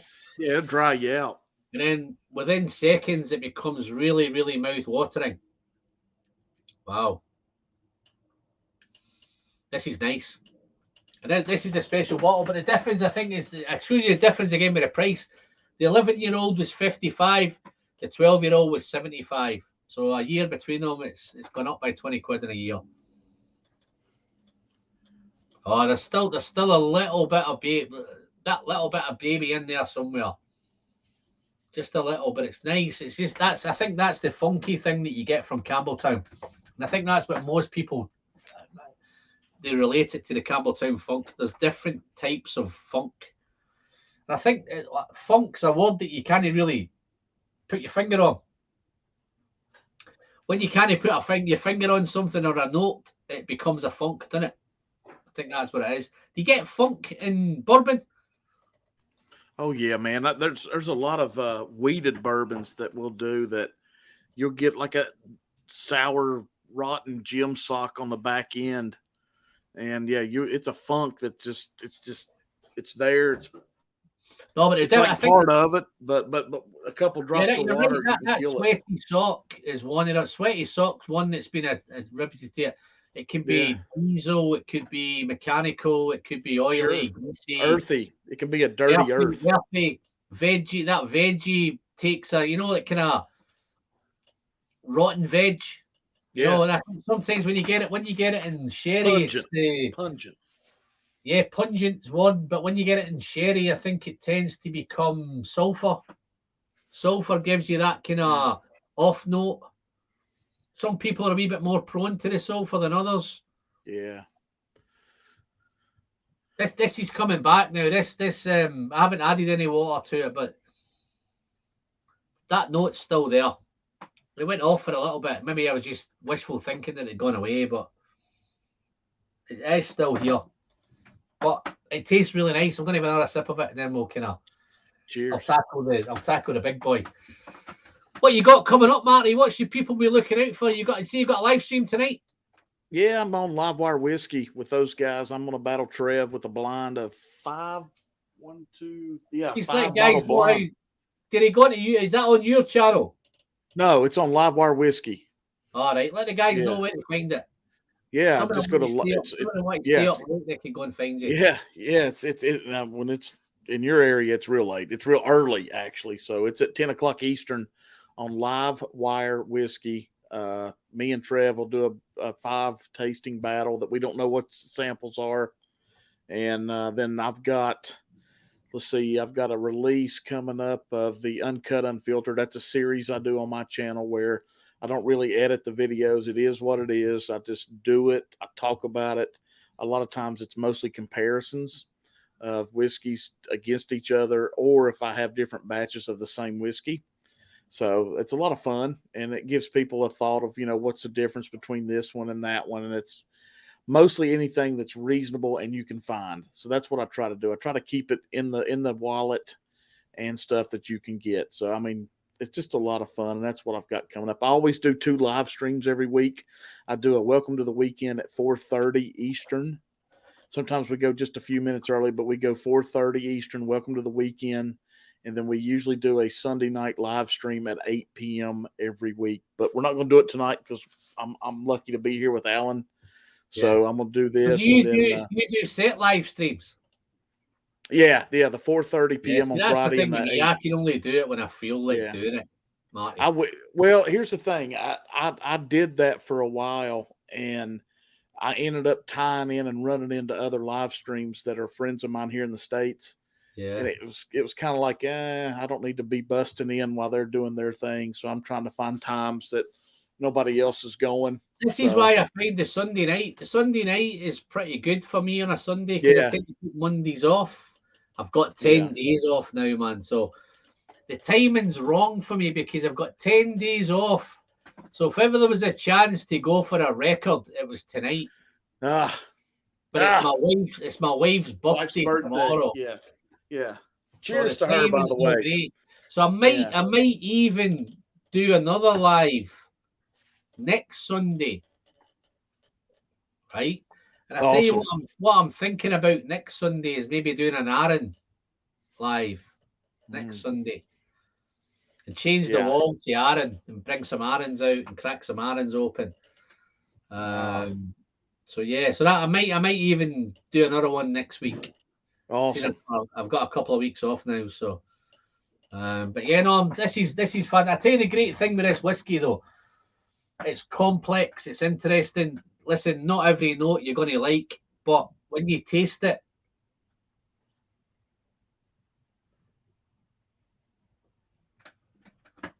it packs a punch. It's interesting. It's flavoursome. It's full flavoured. It's full bodied. These ones are at cast strength and unchill filtered. So these have got everything going for them that we want as an enthusiast or as a pisshead if you like to take it whatever way you want to do it. Nah, it's just somebody knows what the hell they're talking about. Wow. That's why we're here, buddy. No, this is nice. I'm all about, just as a disclaimer, it's all about responsible drinking. Just to let you know, guys, it's not a big drink. It's just a small glass. That's how I can relate. Good point. Yeah, James Morgan put it up there. Yeah, there it is. Yeah, that's right. What am I missing here? Get some Aaron in my collection. Yes, but this year's Campbelltown Whiskey Festival was £50 so far at 75. I wasn't sure, but the 7 sounds great. Can't go wrong with the. No, I've not opened the £75 one yet. That's still closed. What I've just done last year's 11-year-old one, that was 55. I think no Rolex thinks I've done the 12 already. I haven't done the 12, man. This is last year's Sherry Cask 11. Sherry double cask finish. This was the special release last year.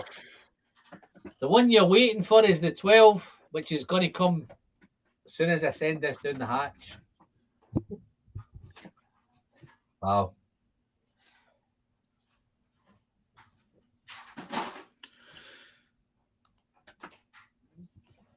Oh, so nice. Let's pop that back there. I'm going to try and keep this neat tonight. When I end up doing a live stream, Marty, but see by the time I finish, a whole counter is just covered in whiskey. Yeah, so that's the way I end up. I'm going to try and do some housekeeping at the same time tonight. It's a good idea. I like it. Oh, I tell you what I'm going to do. See that 12-year-old? I'm going to keep them waiting again because I've just found something else to pour. What do you think I'm going to pour?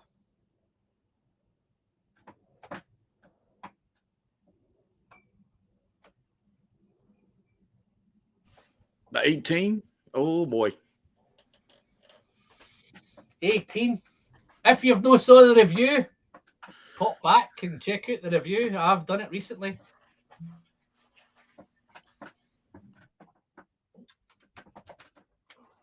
What I want to do with this one, I tell you why I'm not going for the 12 yet, guys. I want to get rid of some of that baby puke out of my palate. So I'm going to cleanse it with some water and some 18. And then I'll tackle, I promise you next, I'm tackling the 12 next. Maybe. That's okay, man. I'm still good for time. I've got plenty of time, and I did say max 4 hours, man. So I'm only just going over the 2 hour mark in a minute. That's if right. I can get out on 3 hours, then great. I'll be happy to get out on 3 hours, but.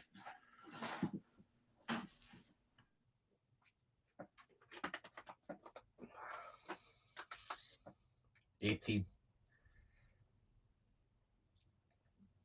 This is the difference for me, because the difference between why the 15 so good. You've got the double cask as their entry kind of level, core range.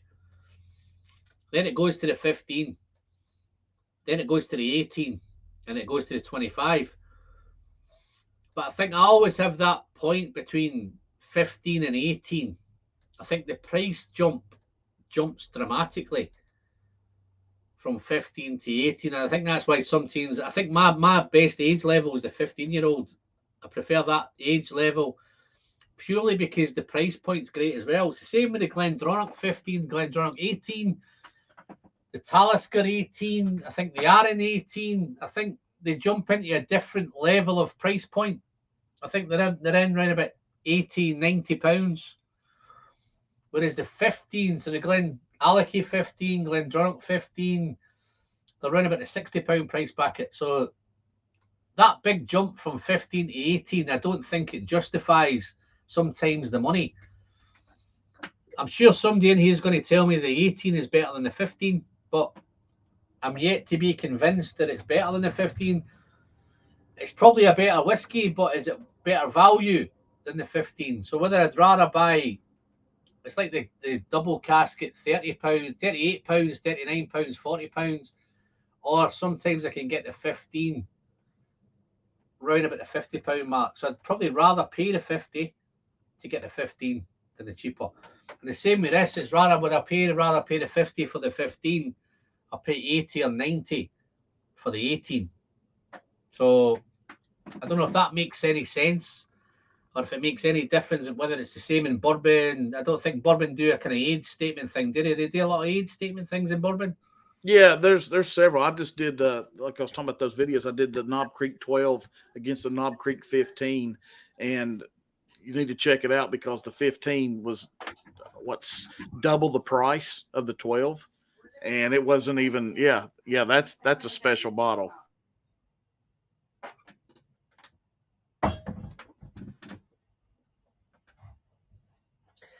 I maybe do a bourbon one with you one night. I've got some nice bourbon. Yeah, we'll do that. We'll do that. We'll do a bourbon one. Yeah, for sure. I'll come on to your bourbon one night. I must admit, I do like a bit of Knob Creek, man. No, it's one I keep all the time, especially the single barrel 120. Yeah, I don't know if the Dram Yankee's still in. The Dram Yankee sent me a few bottles. He sent me one of these, right? I think it was a store pick for somewhere, and he's in Vegas. So I think it was a store pick for maybe Total Wines or something in Vegas. And he sent me, that's the rye one. He sent me the bourbon one, is the 120 bourbon one. Yeah, that's right. And Marty, I'll be honest with you, right? Those are the two quickest bottles that I've went through in my life. That bottles off, right? The rye one's gone. The bourbon ones, both bottles are finished, done, gone, bottle killed, job done. And I managed to pick one of these up myself here in the UK, which was the rye 150. I think it's 115. I think this one. This was a store pick for somewhere in the UK.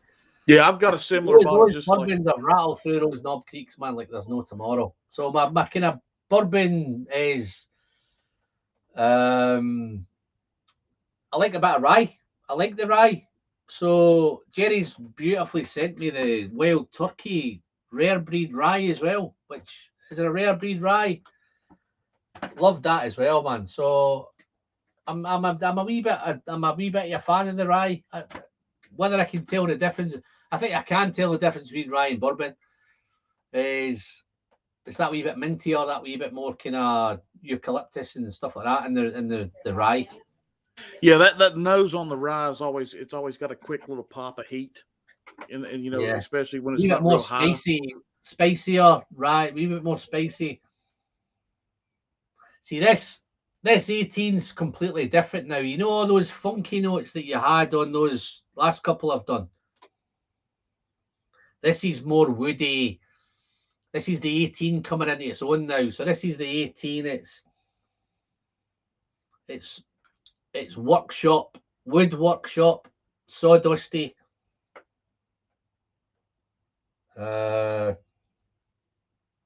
It's no so funky. A little bit of the sea salt there, a little bit of sea breeze in the back there, but it's more kind of up front. It's more kind of workshop, woody, sawdusty, waxy polish, more woody notes on the nose. Then there's a little bit of toffee, caramel. I tend to get lots of toffee and caramel in Glen Scotia, and I think this is the bourbon cask as well. This so real nice, man. But let's have a wee sip of this one.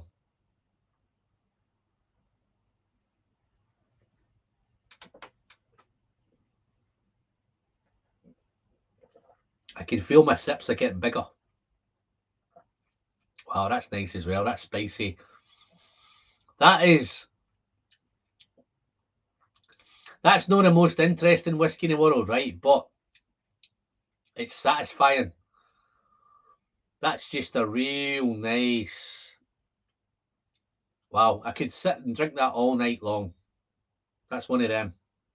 Is it easy obtainable for you at all, or is it really hard to get? Oh, this is easy.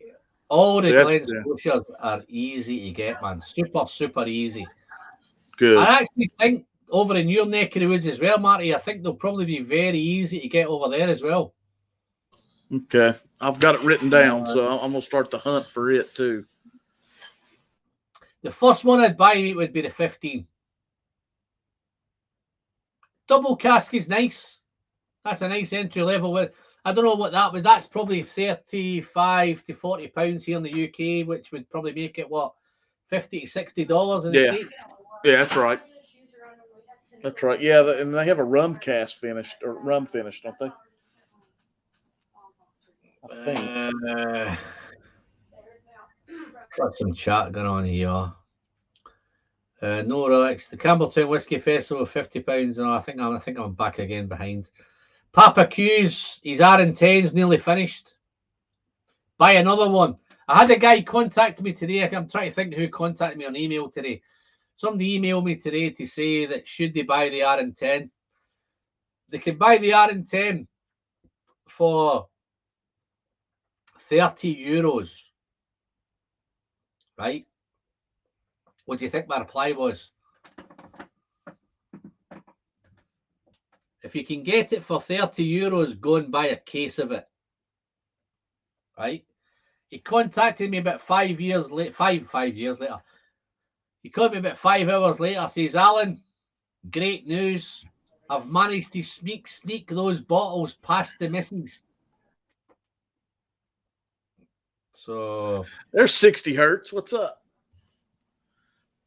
What we got? Have I got somebody in it? I don't know. Oh, 60 hertz is awesome. Oh, no, he's got a cracking avatar, that, ain't he? Yeah. Yeah, look at that, man. Mamma mia. That's one sinister looking dude, isn't it? I want to send Loman Group an angry letter about my Glen Scotia 18. I'm just drinking it now, mate. On the bottle. No, they don't. I don't think any of the Glen Scotia core range have bottling dates on the packages. I think sometimes where you'll know you've got a newer one is this is the pretty standard Glen. Is this the one you have? Don't know if that's the bottle that you've got. Let me just see if I can bring that in. So that is the current 18.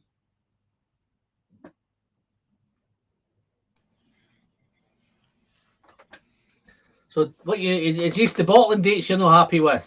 I don't think they put them on. I know Springbank do, but Glen Scotia don't. You need some Whoppers and root beer if you're going to go long tonight. Is that an American thing? Need some Whoppers and root beer. What is root beer? It's like a soda. I don't know how to explain root beer. Yeah, Dr. Peppers or something. Dr. Peppers, is that a root beer? No, root beer is completely different than Dr. Pepper. Ah, right, okay. Yeah, I don't know how to explain it. I really don't.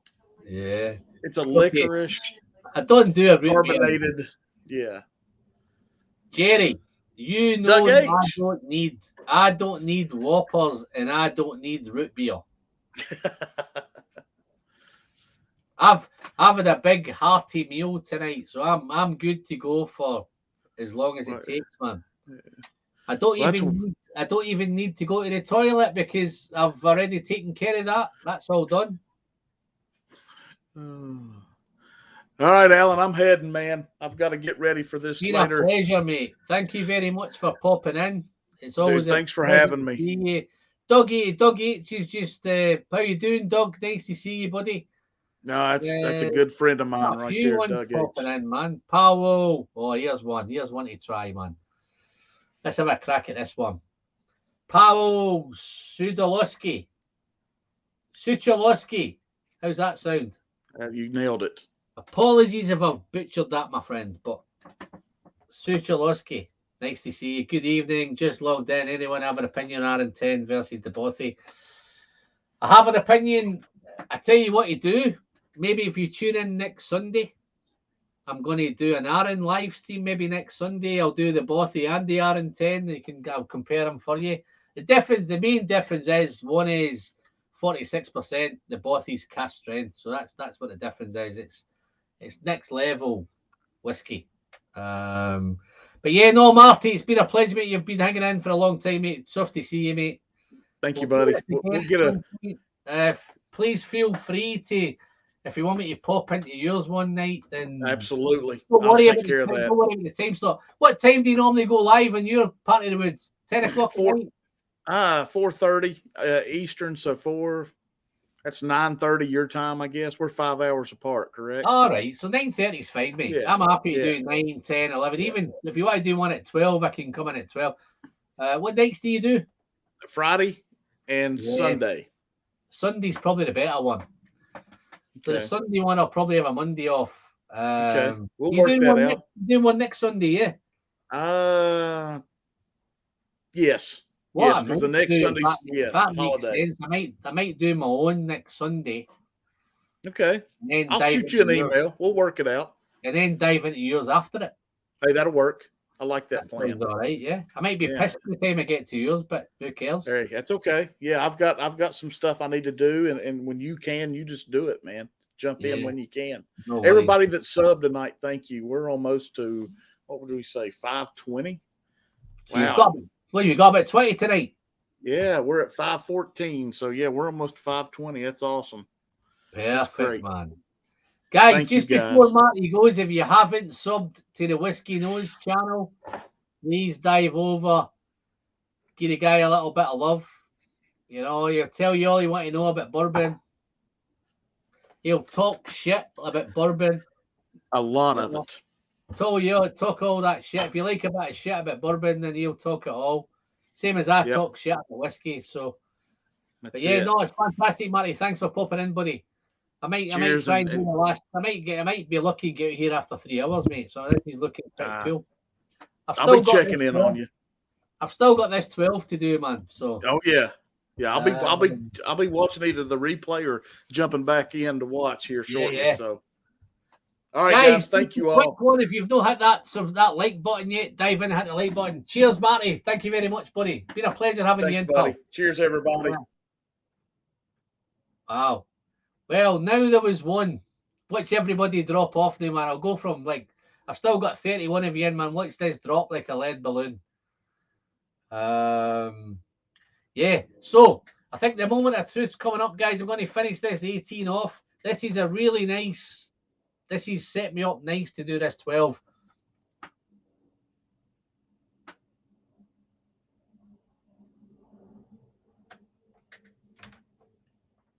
Oh, wow.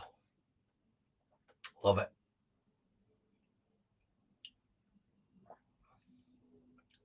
Wow, we've got a few in here. Who have we got in now, man? Who have we got left?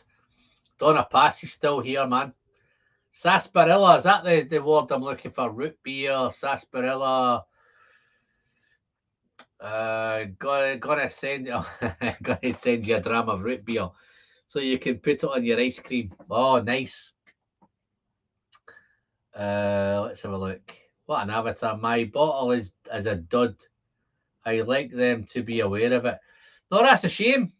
I've got a nice one here. This is actually just finishing that one off. It's just really nice. Toffee, caramel. Really, really. For an 18, it's been nice. This is into the 18. When this 18-year-old, guys, when you compare it, right, to other 18s, Talisker 18, AAND 18, they've all got different things going on. If you want your Talisker, it's got that really salty, sea breezy, seaweedy, industrial kind of Talisker, typical Talisker notes. This has got the AAND is really nice. I'm sure it's a sherry 18, so it's more kind of dried fruit, dark fruit, raisins, figs, all those kind of things. This is more toffee. I think it's more the ex-bourbon cask. Toffee, caramel, bourbon cask, salted caramel, all that kind of stuff. Real, real nice. Sarsaparilla, eh? I think I seen somebody mention a sarsaparilla on the Dukes of Hazzard at one time.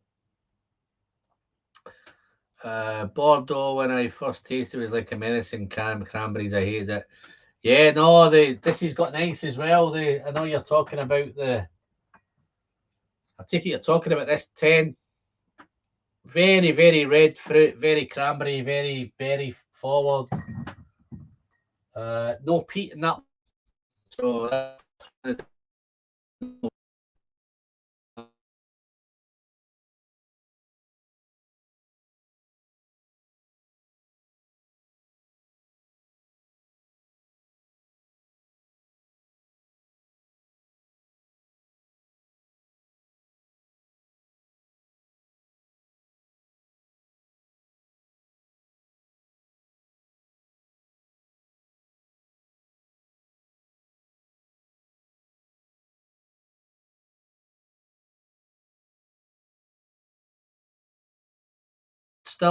you still seeing me, or are you not seeing me?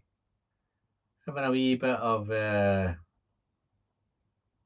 Daniel H. How you doing, Daniel? Nice to see you, buddy. Isn't the Bothy aged in quarter cask? The Bothy is in quarter casks. How you doing, Justin? Nice to see you, mate. I don't know how long you've been in, if I'm that far behind. I think I'm a wee bit behind, you know. Let's see if I can catch up. See what I've missed. Still hanging around in here while the missus gets ready. Mike, don't fall out with the missus, mate. I'm sure the missus is gonna give her a good night tonight. Alan, have you tried the Glen Scotia 16? Tempted to pick up one. I haven't tried the 16. Not tried one. Don't mind me, I feel so left out. Oh yeah, oh Jerry's missed you out, and did you send Alan the I'm just trying to think. James Morgan, did you send Alan the Garrison Brothers Balmaria? Yeah,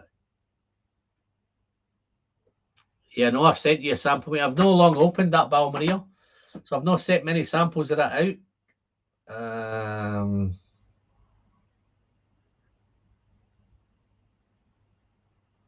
My stream is frozen, Alan Ryan. Is everything back?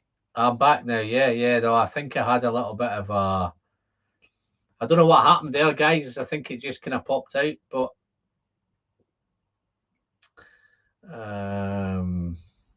right. This is probably the moment of truth, guys. This is the reason why I know I've still got 30. So the 30 guys that have hung into the end, it's going to be worth the wait, because hopefully it's the same for me, because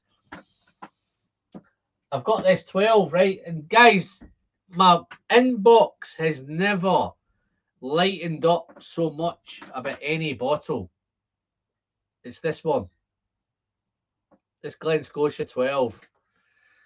Seasonal release, right? It's a wee bit more. It's came out at the same time as the Bunnahabhain 12. Cask strength. So I'm hoping it's in the same sort of ballpark. Both £75. I was a wee bit apprehensive at this, at paying the 75, because the 11-year-old one was only 55. So it's the new release from them has jumped from 55 to 75. So I'm hoping it's worth it. I'm going to give you a quick overview of it. I'm going to review it. I'm not going to go into any detail, but I know my inbox just went crazy. Alan, have you got the 12 cast? I think it was when I was doing the Campbelltown season. People kept asking. So I've picked it up. Let's have a wee look at that. That's just...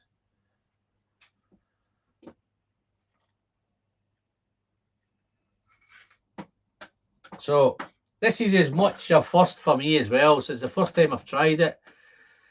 12 limited edition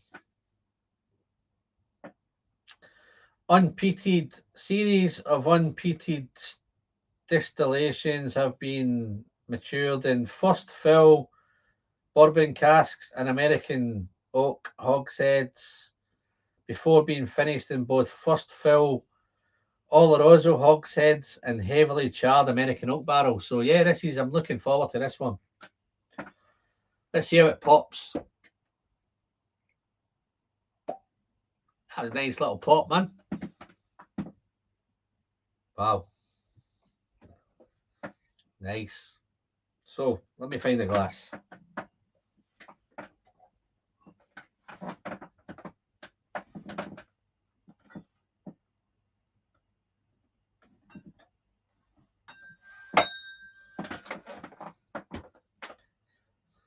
Here comes the glug.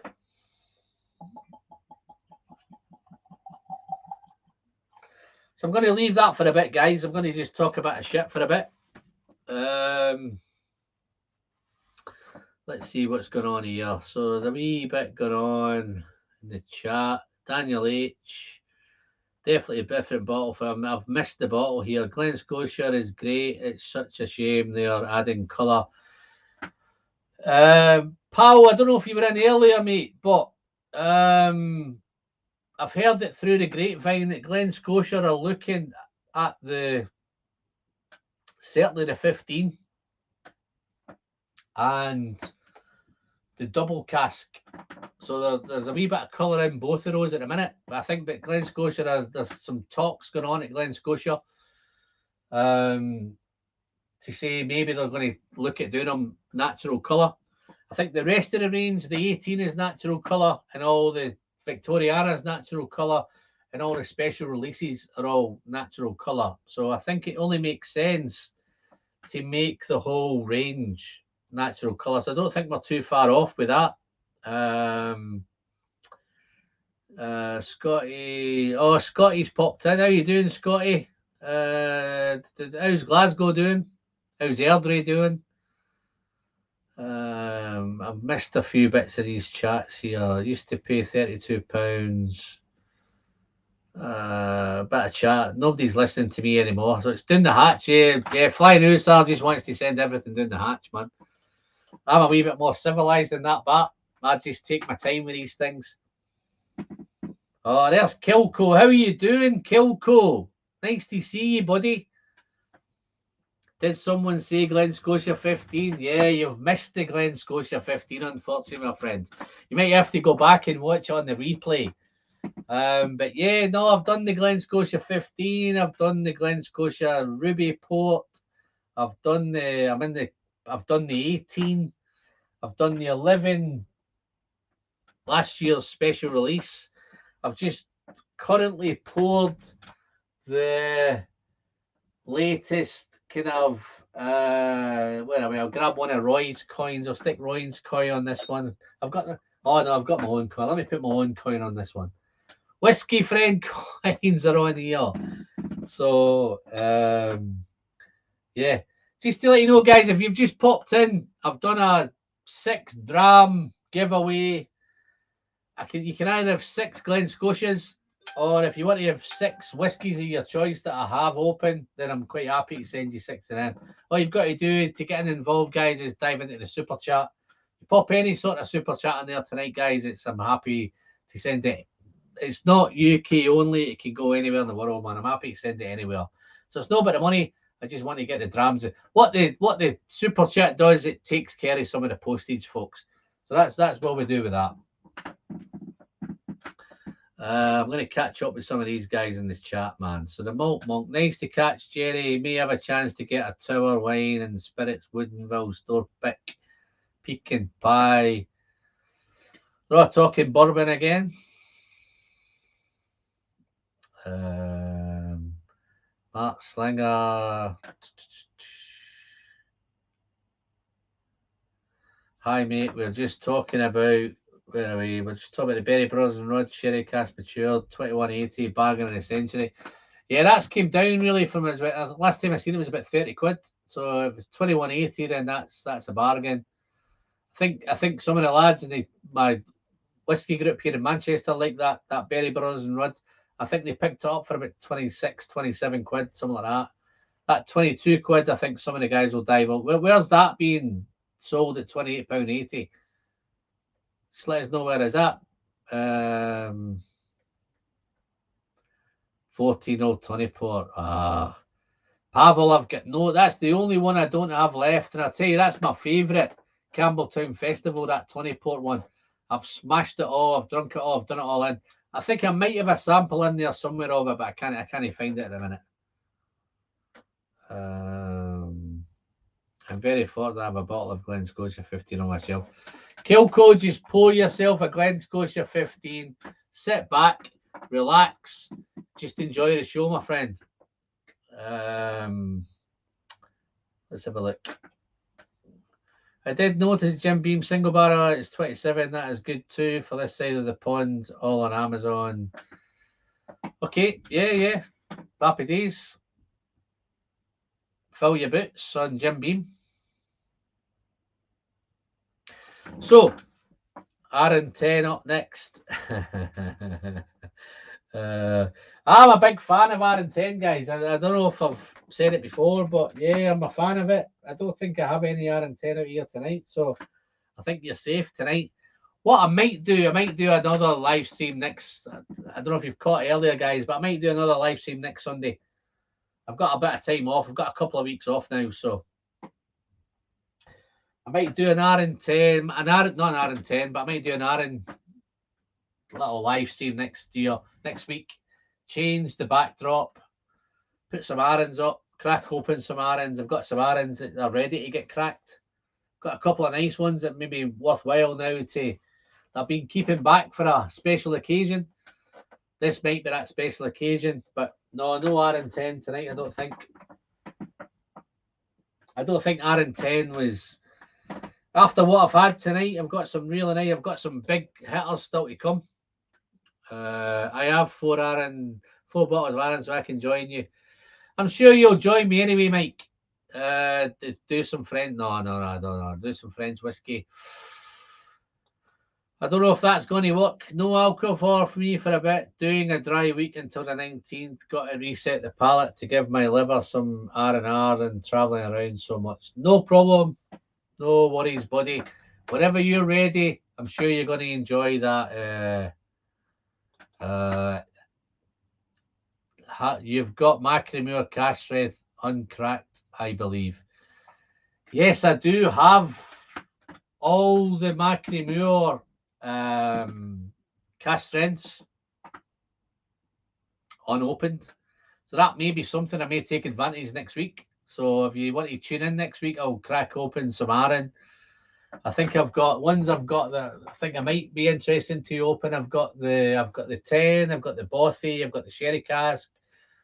I've got the Macremore cask strength. I've got the Fingles Sherry cask. I've got the Fingles Bourbon.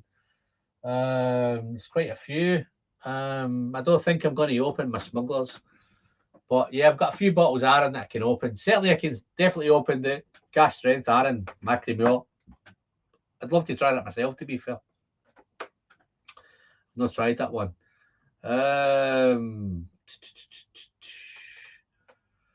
I'm starting a new job next week, so I'm going to have a teapot, maybe even crack the Edradour 10.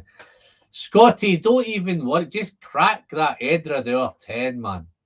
You don't know what you're missing. Once you crack it, then just come on and say, Alan, I should have cracked it 2 months ago, man.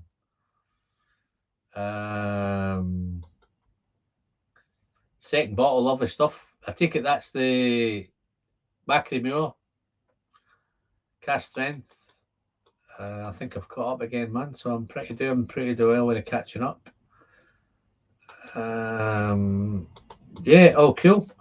So this 12, yeah, it's a neck pour. I'm not going to go into any mega detail. It's the first time I've cracked it. Let me get rid of some of these glasses. Let's pop this here. Let's have a look. Have some water.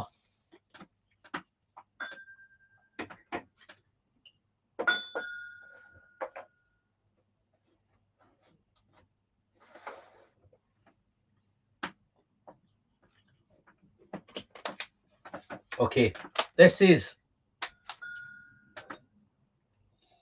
54.7% ABV. Looking at it, it is seasonal release. Wow. 54.7 cast strength. Non-chill filtered, natural colour. 11 years in bourbon cask. 12 months in first fill Oloroso and heavily charred American oak. So this has got a real nice. Looking at that intro, it should be really nice. Maritime, sea spray, typical Glen Scotia. It's floral. It's salty. Sea spray, it's spicy. Lots of spice, cinnamon, ginger, nutmeg. But it has that nice funky element in there. But it's not as pronounced as the baby puke or the cow dung. This is nice because it's got a nice floral. It's funky, but it's still nice and floral. Flower basket, that kind of stuff. Lovely orange. It's orangey and tangerine and wow. Definitely oranges, tangerines, mandarin maybe. It's very orangey. But it's sweet. Real nice sweet nose. Bit of dark fruit. Wow. A little bit nutty as well. Some nuts going on there. But wow. Missing loads in this chat here, but yeah, this is a real nice. This smells nicer than last year's one. This is better on the nose. It's £20 more, so it should be better on the nose. Really interesting. It's typical. It's a real. I'd hate to say it's typical Glen Scotia, but it's just nice and beautifully put together, beautifully integrated. Yeah, I think it's unpeated. I don't think there's any peat in this. Can't smell any peat. Yeah, so this is unpeated. But it's floral, it's fragrant, it's sweet. Spicy on the nose, a little nip on the nose. You know, when I sip this, I'm going to get that ABV. Wow. So let's have a quick sip. Eric, I don't know if you fancy, I don't know what you're up to, mate. I don't know if you fancy coming in, sharing the love, having a chat. I don't know if you've got some Glen Scotia you want to share with us. If you're up for it, Eric, I'm going to probably pop a little, let's see if I can pop a link into the chat. If you fancy, Eric, feel free, dive in. Let's share the love. Pleasure is in the sharing and all that. I've got about an hour, maybe an hour and, well, hopefully I've got 35 minutes left, but if I have to go to 4 hours, Eric, I'm happy to go to 4 hours, mate. But if you're up for it, feel free. I'd love to get your take on Glen Scotia because I don't hear you talking about Glen Scotia very much, Eric. I don't know if it's one that's come across your radar very much.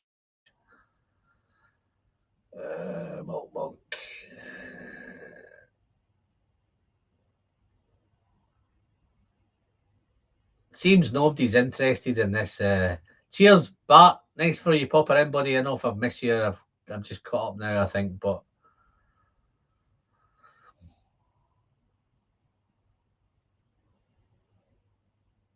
let's see, orange. I think Cointreau. No, I don't think it's a Cointreau, man. I think it's just a really nice orangey, citrus, mandarin, tangerine. Just a nice note in there.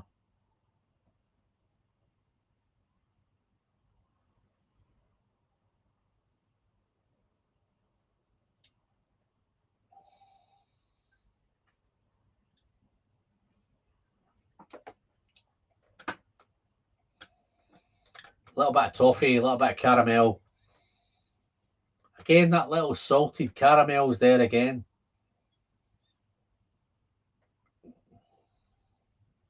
Wow, okay. I'm going to taste it. Colour-wise, it looks awesome. Colour, it looks like a great, fantastic, really nice, natural colour, non-chill filtered. Wonderful. Wow. Okay. Doing the hatch, folks.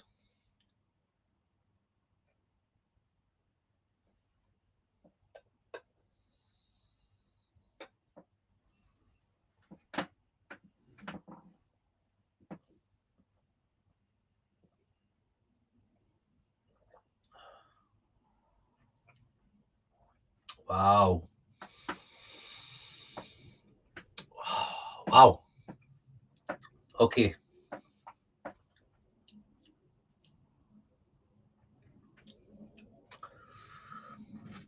This is supposed to be unpeated, but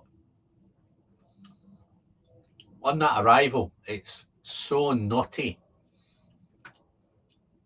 It's spicy, it's nutty, it's dry, it's so mouth-watering. It becomes so mouth-watering, but it's so nutty. The nuts are massive.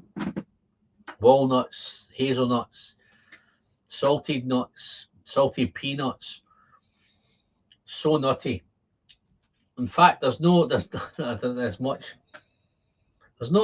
on the nose, right? This is completely different on the palate to it is on the nose. Wow. My second sip.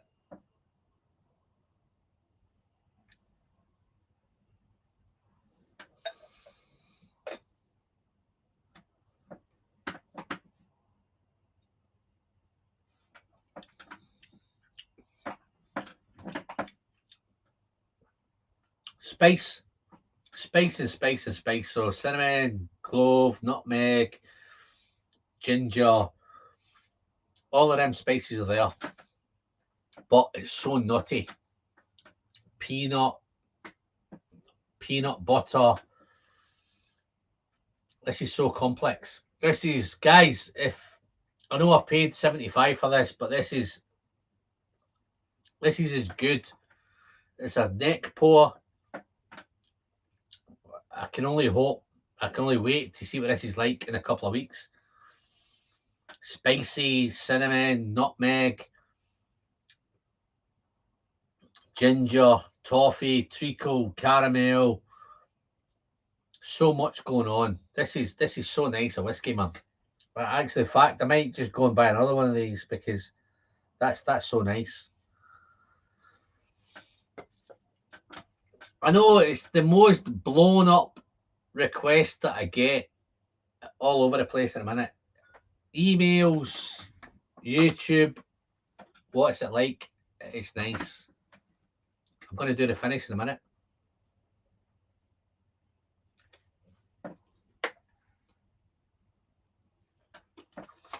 Yeah. Graham, I was worried that I paid 75. But it's so much better than the 55 I paid for the 11. I'd be really interested. I didn't go out and pull the trigger on the 12-year-old Bunnahabhain. It'd be interesting to see whoever's bought the Bunna 12. Be interesting to see some reviews on that because that sold out pretty quick. I think Bunna, I think it's one of them. It's Boona 12, everybody's favourite. And I just hope the cash strength lives up to the hype. It sold out super quick. It was 75. Most people thought it was quite pricey at 75, but it sold out pretty much instantly. So that tells you the pricing is pretty much right. But yeah, no, this is nice. A wee bit of coffee on the finish now. It's a long finish.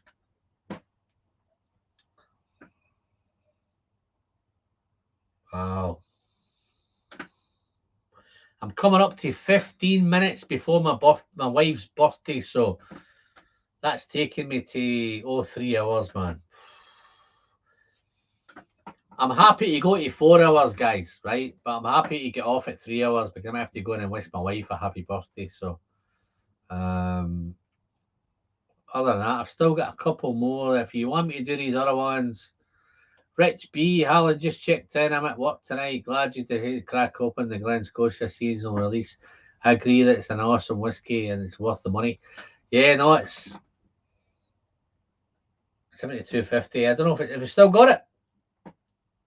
Anybody bought the Bunnahabhain 12 cash strength? What's the feeling on the Bunnahabhain 12?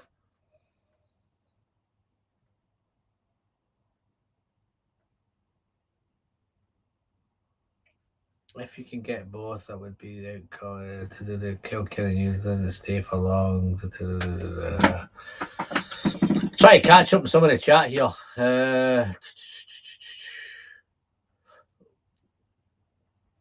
I've noticed that prices of all whiskies are just going up and up and up. Yeah, because us nutters are paying it, man. Imagine, right? Bunnahabhain 12 comes out and they say £75 and nobody buys it. What are they going to do? Right? This was 11-year-old at £55. The 12-year-old comes out at £75. I think you can still pick these up. And in fact, I think this is definitely a better whiskey than that one. Is it £20 better? He admit, but it probably is £20 better. So I think the marketing teams are saying, yeah, what can we get? What can we get? Let's price something at a certain price, and if people buy it, they buy it. If they don't buy it, then we can reprice it. But I think the way whiskey's going, we have to get into the habit of saying if we want to buy some of this better stuff, then we're going to have to pay for it. Gone the them days, we're going to pick up bargains, unless you get an Amazon bargain, unless you get a malt, Master of the Malt, special release, quick price, bump, then yeah. But no, this is nice, man. Let me do a wee bit more of this. I can't believe how nutty this is. This is so nutty, man. This is peanut, hazelnut, all sorts of nuts, salted peanut, orange peel, toffee, vanilla, figs, raisins. It's all here. Real nice.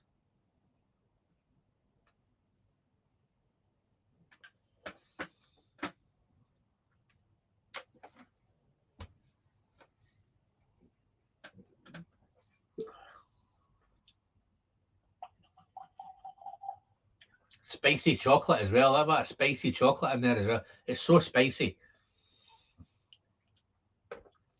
Black pepper.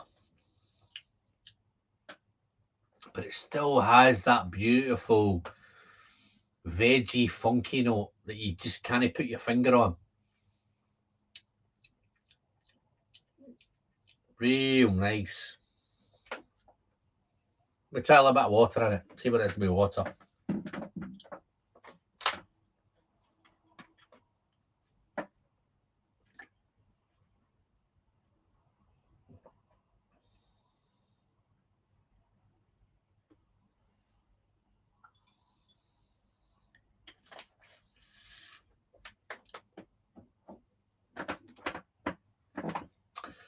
Just a quick one, guys. If you fancy a chance of winning those super chat whiskies, then dive in, pop your super chat on the bottom.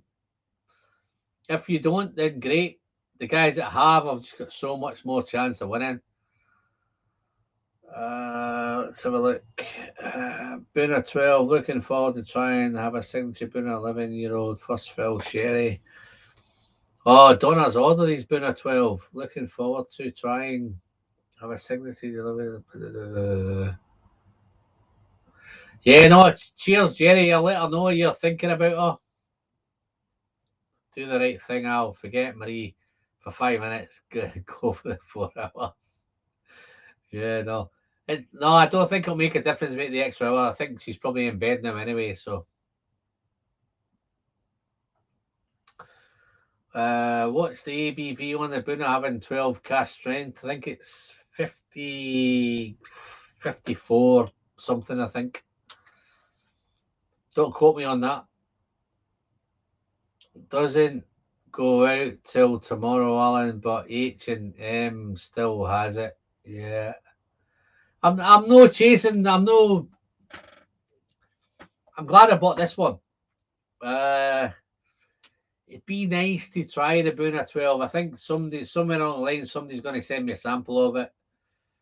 I think it'd be interesting to see if it comes out any cheaper going forward. I'll do it that way. 55.1. That's the Booner 12, I think. Cast strength. 55. Black Friday 26. No, I'm looking forward to Black Friday. See if I can pick up any bargains.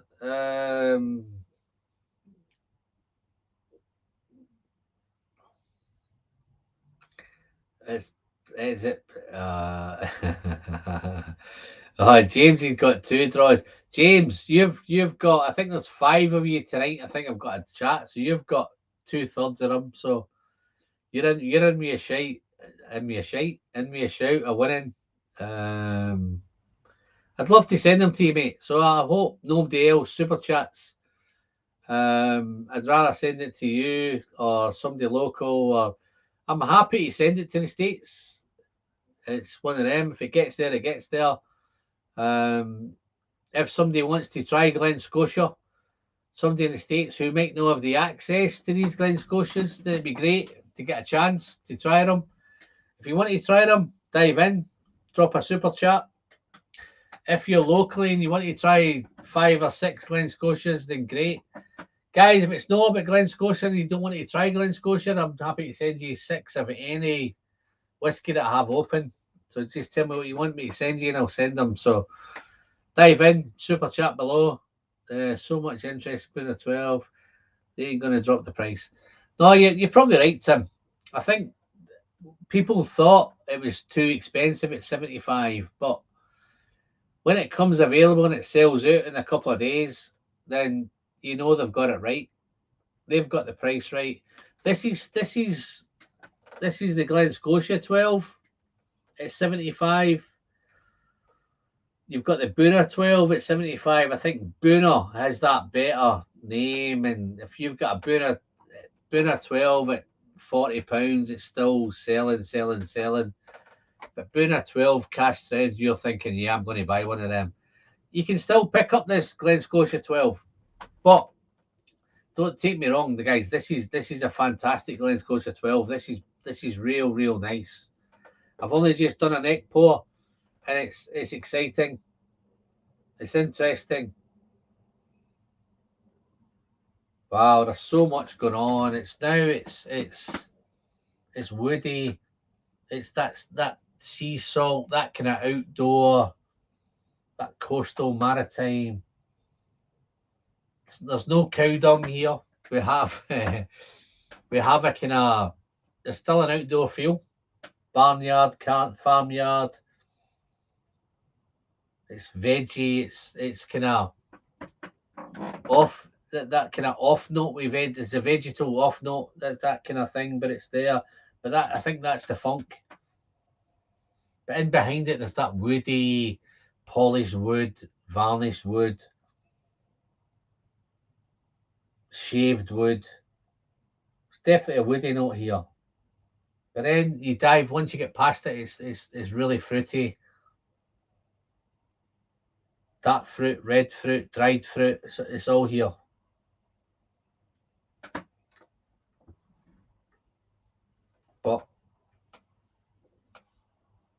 Let's taste it again.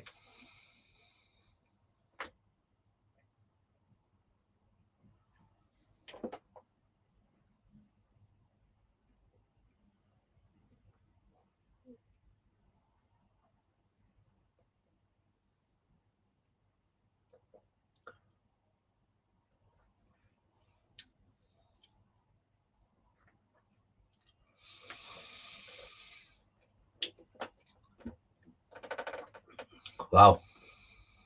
This is one of those whiskies that the nose is so different to the palate. When you get into the palate, it's so spicy, but it's so nutty, spicy, nutty, earthy. The caramel kind of goes, it's like a nutty caramel. I'm thinking a caramel nutty bar, maybe something like that. Let's another sip. Wow, this is so interesting. This whiskey doesn't smell like it tastes.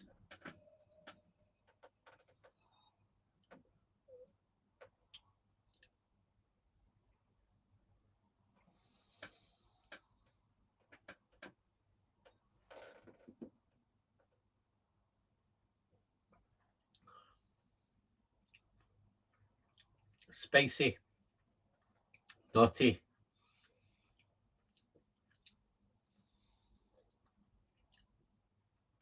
So much spice. But it's changing all the time. It's developing in the palate. Wow. It tastes smoky, but there's no peat. I think it's the recharred, definitely a recharred American oak going on in here.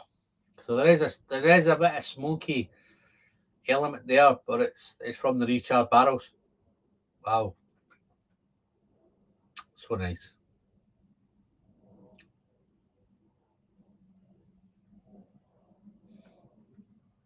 Yeah. Whiskey Refuge. Yeah. Marty was in for the first 2 hours, man, and you missed him. You might have to go back and watch the replay, but it's great to have you in, Whiskey Refuge. That looks like a new name. I don't know if you've been in before. If you have, please forgive me. But we're talking about Glen Scotia. Oh, Glen Scotia tonight. Fantastic. This is a nice whiskey. I'm happy I paid £75 for this. I'm happy what I paid for it. I thought I'd overpaid, but I'm chuffed. Coming up for 3 hours, man. I think I might call this a day at 3 hours, guys. I think I'm coming up to a nice time. Yeah, but he's on live web line challenge. Super. I'm going to respect my wife's birthday tonight. And it's coming up to 2 minutes to her birthday. So, guys, I'm so thankful for having you all in tonight. I'm so thankful for everybody that's turned up. If you've watched the video now, that's great. Give me the thumbs up. Don't forget to give me the thumbs up before you get off. If you watch it on the replay, give me the thumbs up. Happy to have you. But yeah, guys, that's it. I'm going to cut it. 3 hours. I'm 20 seconds away. Or will I do a SMWS? Nah, fuck it. Let's do a SMWS, man. Let's cap it. Let's go into the big stuff. I'm going to go cash strength now. I know I've gone a wee bit of cash strength here. Guys, this is awesome. If you can buy this Glen Scotia 12, I highly recommend it. I'm not doing a paid production for Glen Scotia, but I'd buy this all day long. I have bought it. I haven't been gifted it. I'm going to do a quick half hour because I've got 2 kind of nice special whiskies to crack off. I've got the SMWS 9-year-old Glen Scotia. And I have, where are we? Got a couple. I've got another one here. Yeah, I've got a 11-year-old Glen Scotia. I've got both the Manchester lads have sorted me out. I've got Tim, who sent me the 10-year-old, and I've got Justin, who sent me the 9-year-old. So let me have some water, re-cleanse my palate. Tim, this better be good, man, because I was going to end my stream tonight, but I thought I'll crack on with this one.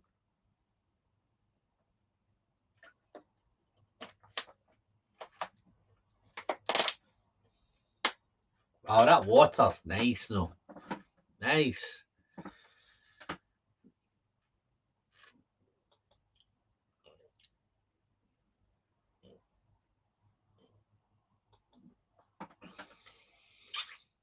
I've got 10 days off, my friend, right? But no doubt I'm going to be reviewing whiskey, so I'm going to be making whiskey videos for the next 10 days. Hopefully I can get ahead and produce a load of videos. I can take some time off later on, but I don't think the time off is going to be now. I think the time off for whiskey might be coming up to Christmas.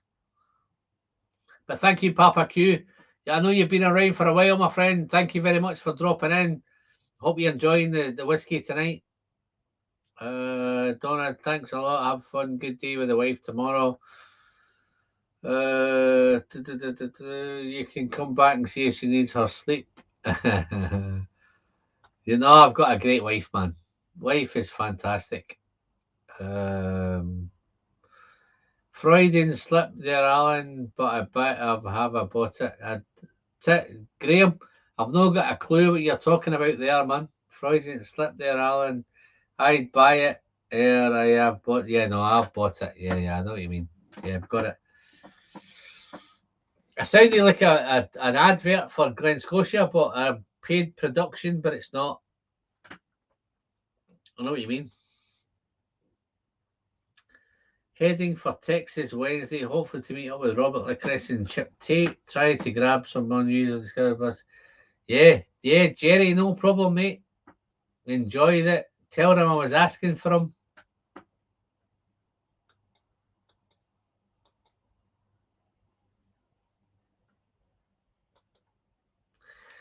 Alan, does Glen Scotia beat Rich?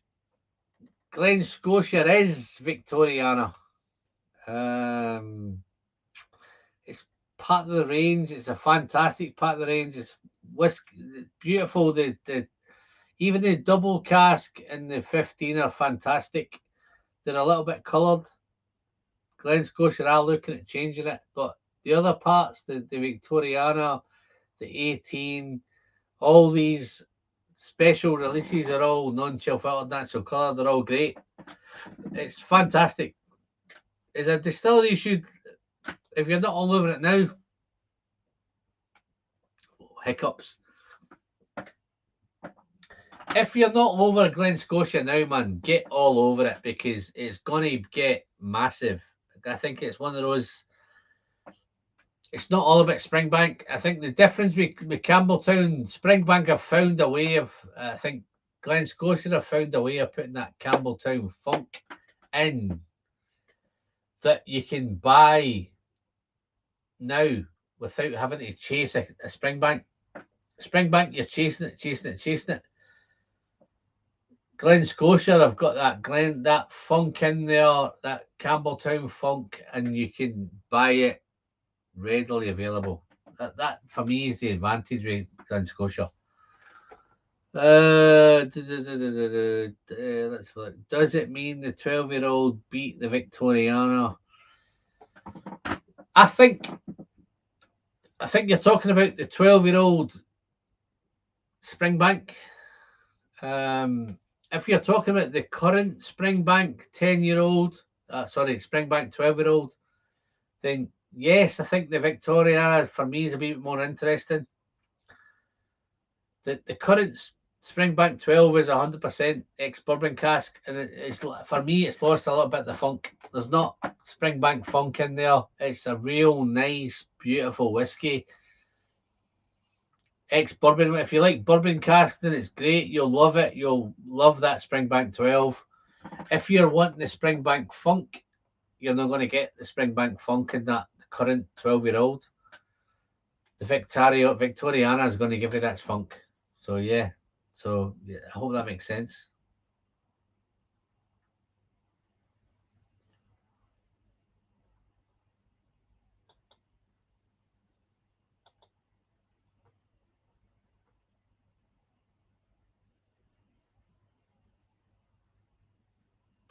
Yeah.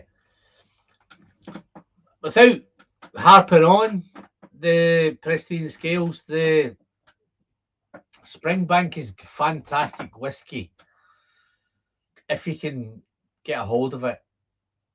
Glen Scotia is so much more available and it's so much easier to get. And I think it's got better and better and better over the last few years. And I think it compares. I think it's a comparable whiskey. I think you compare the Springbank 15 to the. I've done a video of the Glen Scotia 15 and the Springbank 15. Go back, check out the Whiskey Friend. I actually think I prefer the 15 Glen Scotia. But yeah, now you can compare them. Let's have a look. Tim SMWF. Okay, Tim, I'm gonna pour your SMWS, mate. Let's have a look. Let me finish this 18. Let me send this 18 down the hatch. That'll prepare me for the big boys.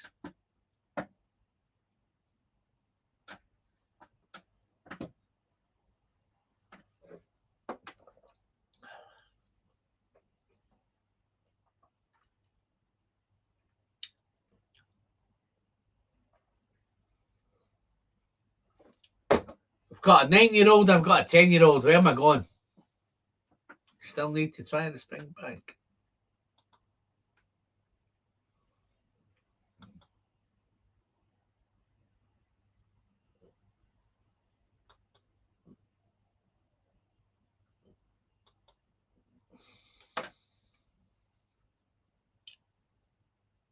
Oh, Tim. I prefer the Springbank. Sorry. Rephrase. I think I prefer the Glen Scotia 15 to the Springbank 15. It's one of my best videos. I think it's 7,000, 6,000 views. As a comparison, I think I preferred. I can't even remember what I preferred, but I actually think, looking back, if I'm going now, I think I preferred the Glen Scotia 15 to the Springbank 15.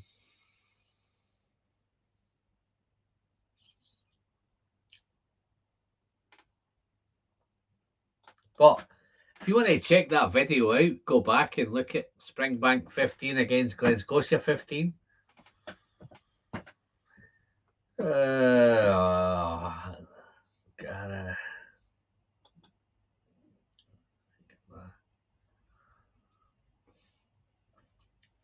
James, how do you find that Garrison Brothers? Have you tried it? Powell, I'm probably too late, but thank you very much for popping in, my friend.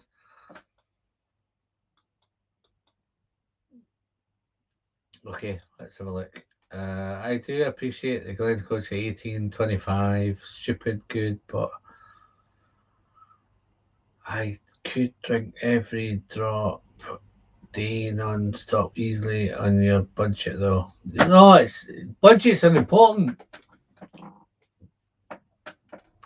Listen, if you're on a whiskey budget and your budget is 25 quid a month and whatever, then you're going to be limited. But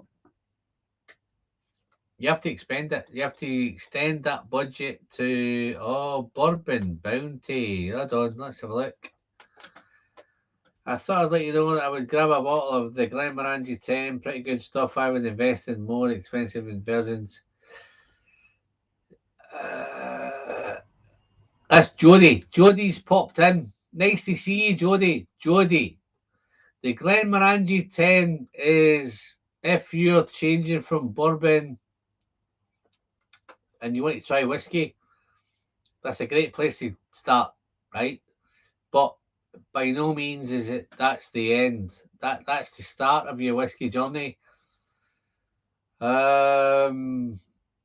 It's cheap, it's affordable, but if you want more quality stuff, then you change. You get off Glenmorangie, you go to Springbank, Glen Scotia, Glenallachie. Lots of brands to choose, man.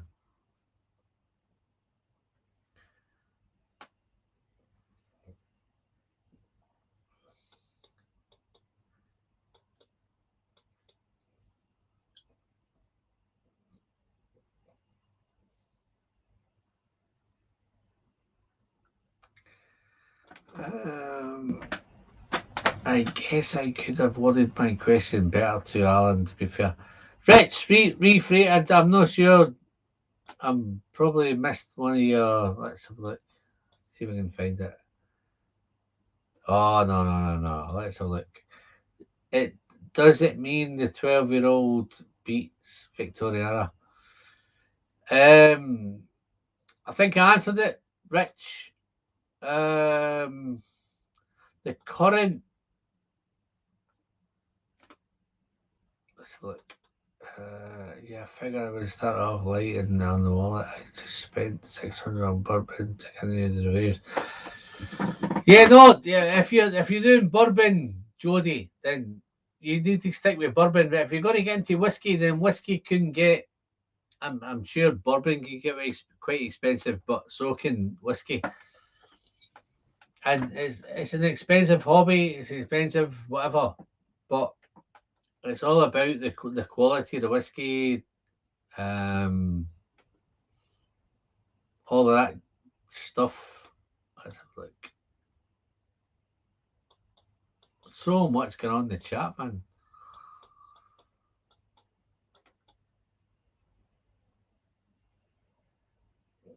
Yeah. James, how did you find that Garrison Brothers? Do you like it? You enjoy it? Is it Texas whiskey complication? Have you enjoyed it? All that stuff.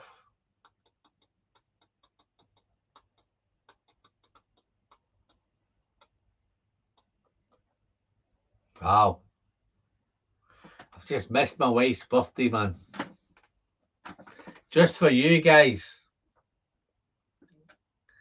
I'm hoping she's in bed.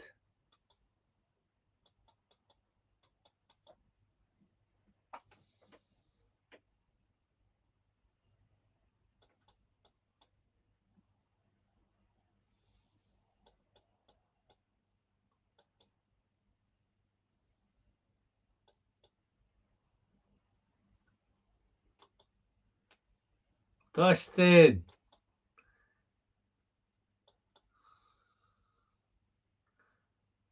Can't be expensive though. How you doing, fella? You alright, mate? Yeah?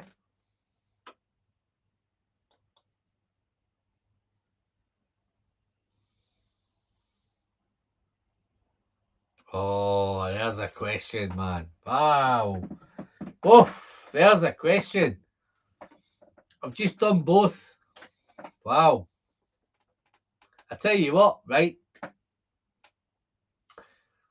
Graham, the Victoriana was awesome. It was everything I expected it to be.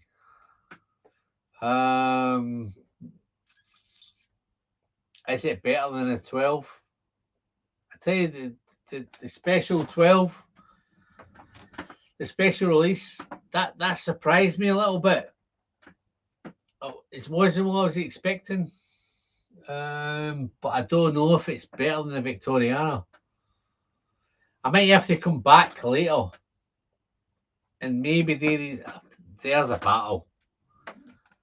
Victoriana against the 12. That might be a battle that's and get them properly. I've done 2 neck pours tonight. I'd love to probably battle them together and see how they come out, see what happens.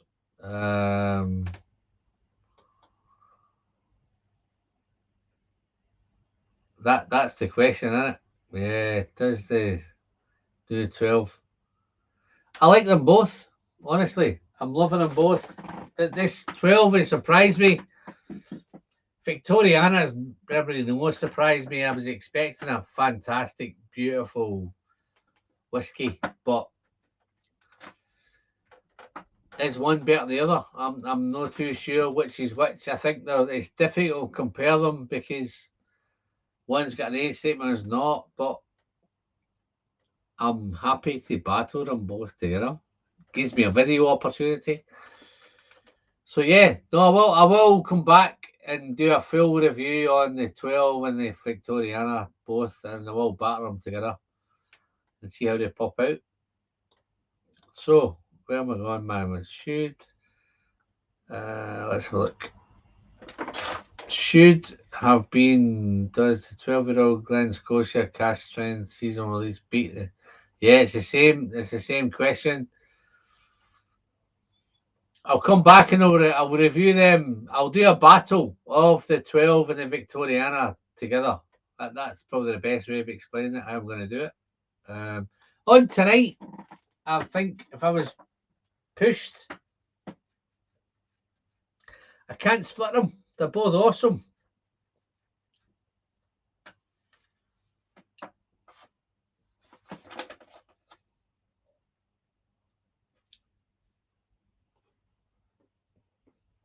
Oh, I've got so much hiccups, man. Bad hiccups.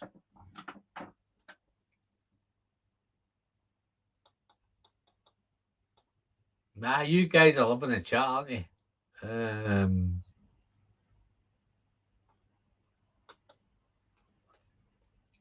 Glad to see you're up. No, I've been on for like 3 hours and 17 minutes, man.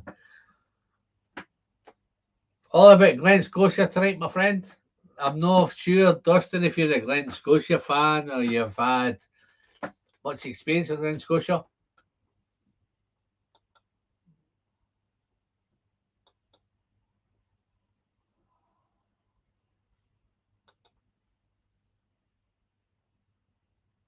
Yeah, no, this is a battle. I think this is a battle that it makes sense because they're very similar. They're close. I've got a 12-year-old against a non-age statement, but that non-age statement has 16, 17. There's whiskey in there that makes it balances out maybe 9 to 16, so it makes sense to battle them. So I'm looking forward to battling. This is a battle I'm looking forward to. So this video will come.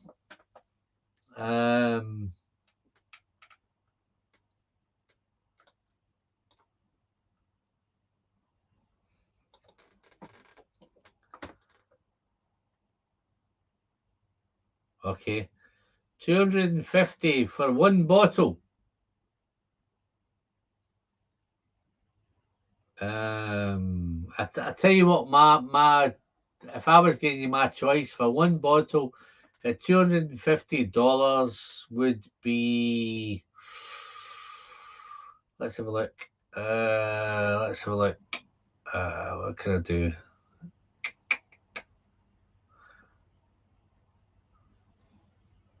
If you like sherry, Jody, I'd say RN18.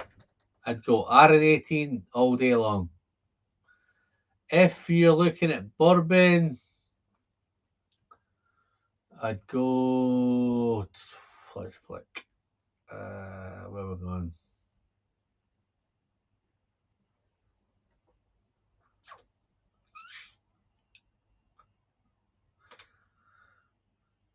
If you can get Springbank 18 for $250, I'd go Springbank 18. That's my two choices. Wow, so much going on in the chat now, man. Got like whiskey, Glencadam 25. Gerard, Glencadam 25 is going to cost you 500 quid, man. So expensive, man. I don't think it's worth the money. Honestly, it's not worth 500. 250 has you in the Glendronach single class. Yeah, you could get a that 250. Is that in dollars?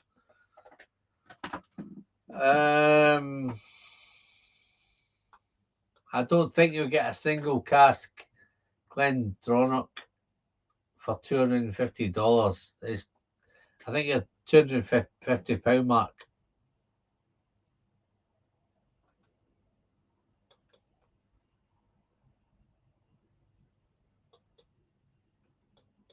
Dollars. Yeah, no, I don't think you're going to get Glendronachs for that kind of money. I spent, God, it may fail. Probably 19. Yeah, that'd be nice. I don't think that's cash strength though, is it? Is that 43%, 46%? How you doing, Martin? Nice to see you, mate. Where you been? Last bottle I bought with friends was Deanston 18 for €72.50, but I've not tasted it yet, but I like it.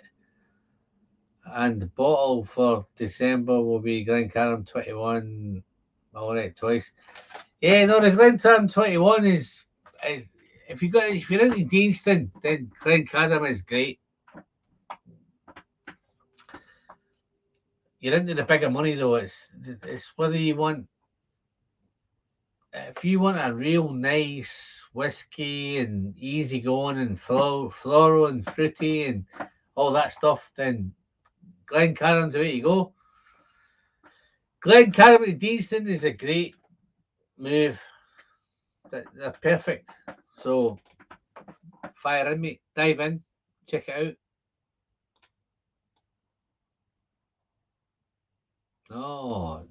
Oh, where did I see it? Glencairn in Holland. Wow. If you can buy Glencairn 25 for $299, buy it all day long. In the UK, it's 500 quid to buy that bottle because it won an award. I don't know. Let me think that. Yeah, it's awesome. Whatever price it is, buy it. Bourbon. Jodie's diving in. I will, guys. If you've not subscribed to the Bourbon Bounty, have a look, check them out, dive in. If you subscribe, tell them Alan sent you. That'd be great. I believe the Aileys are more smoky correct, and the Highlands are not. If you're Highlands and don't have a preference on the cask, looking for something that adds. I said, Jodie, whatever you're drinking, and this is me just being me. 3 hours in, so forgive me if I say the right or the wrong thing, but Scotch whiskey adds more complexity than bourbon whiskey does. But if you want to go Lowland, it's simple, it's smooth, it's light, it's easy sipping. Highlands a wee bit more. You might get some waxy, smooth, waxy cherry, sherry.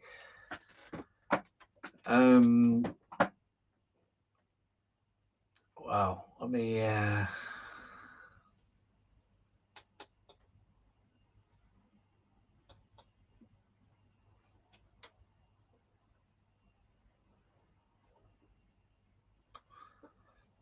I've missed.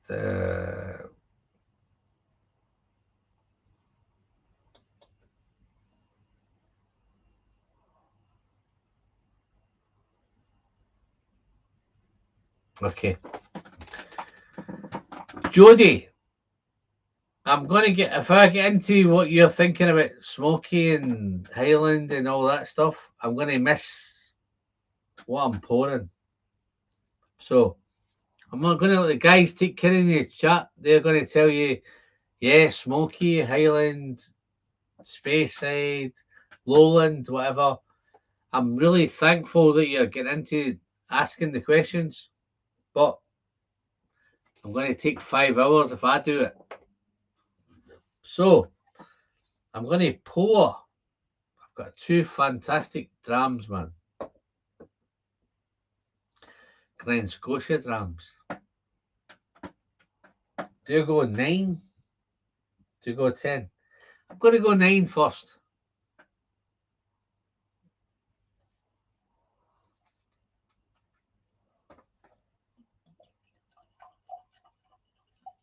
Oh, man.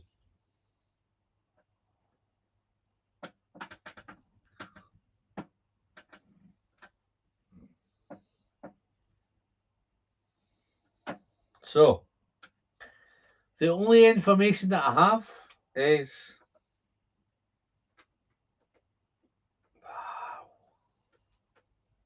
it's SMWS. 9-year, GLEN SCOTIA, 59% ABV. That's all I have. That's all the info I've got. So, wow, that is, it's fresh, it's bright, it's lots of vanilla, lots of toffee.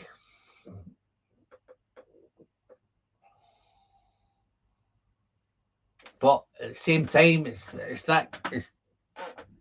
I'd hate to say it. If it's in this blind, I would never pick up. But because I know it's GLEN SCOTIA, it has that earthy, outdoor kind of character. Wow, spicy.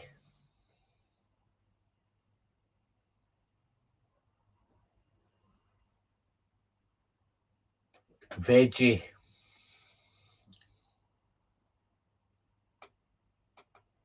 Real typical.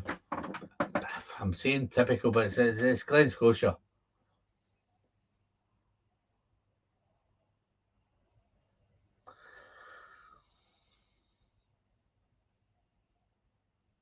It's so spicy as well on the nose.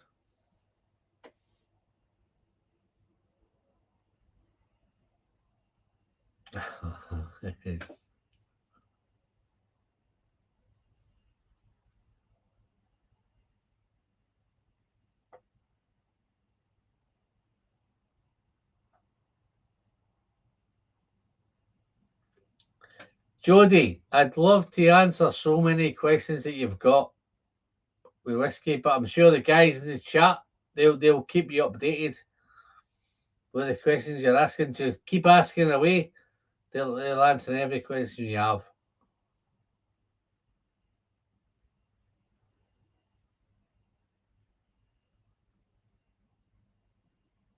Wow.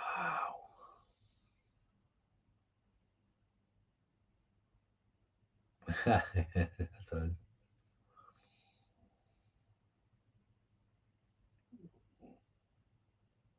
sure I've missed a few things here, man.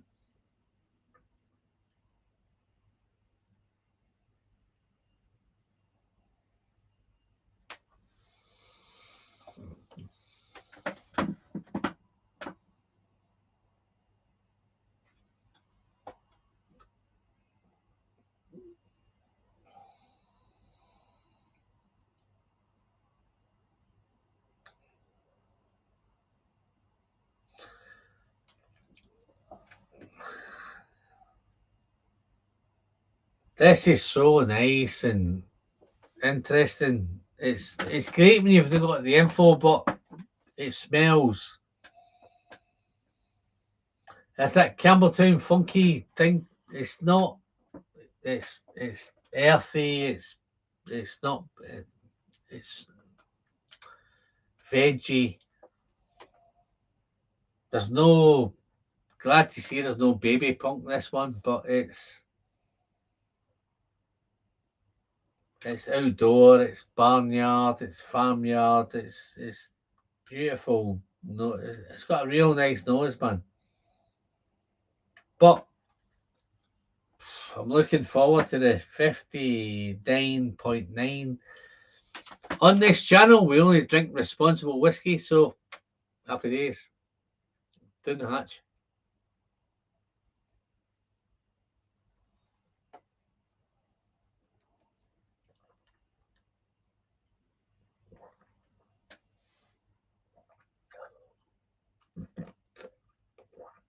Oh.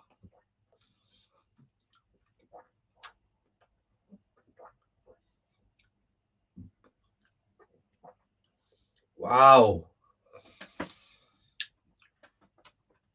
Okay. Wow. Guys. I've been sipping on Glen Scotia all night. That's the first one that just went bang.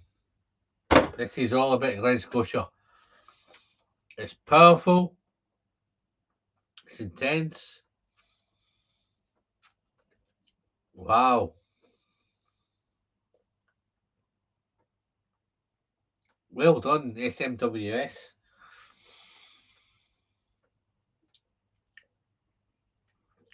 What a whiskey.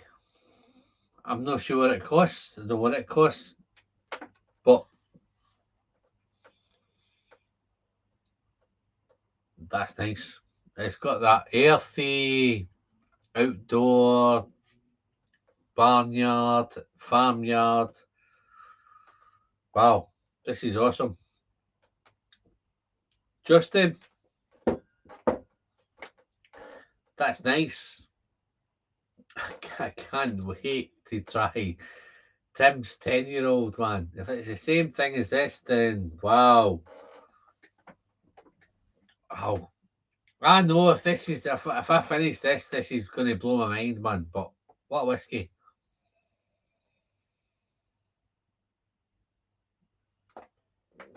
Wow.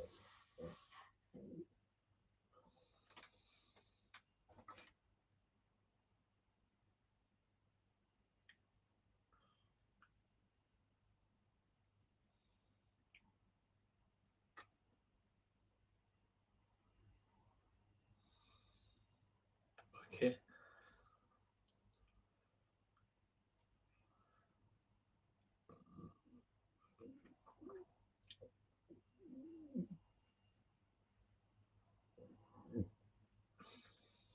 Wow. I tell you what, if this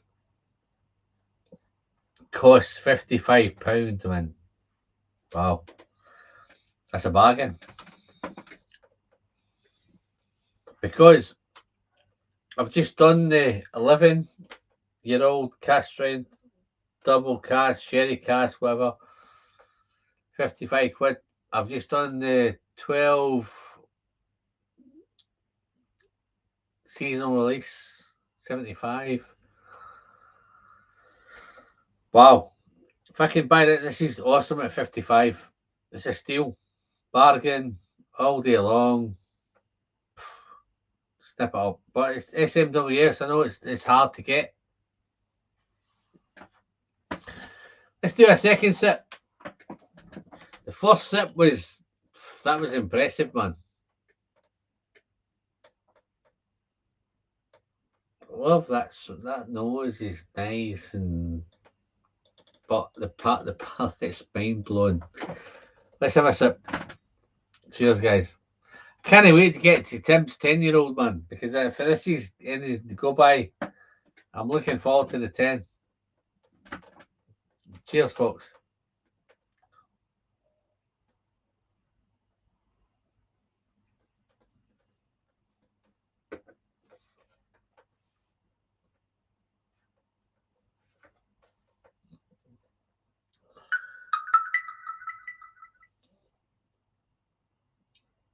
Wow.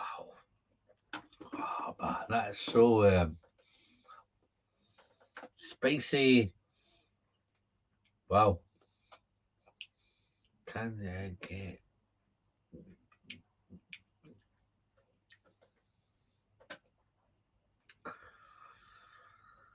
Oh, man.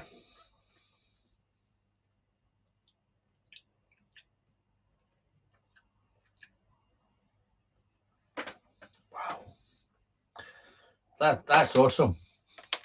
And it's Glen Scotia, right, guys? I've came on with tonight to talk about the core range, Glen Scotia, which is great. Love it as a core range. It's getting better and better and better. But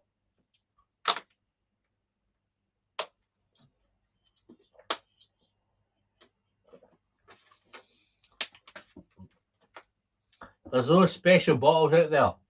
Those SMWS, whether it's a special release.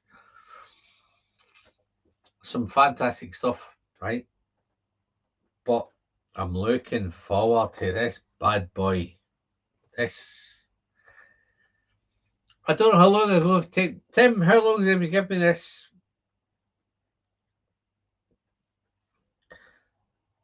Scrubbing Billy and Spotted Dick. Wow. I think I've had this for a while.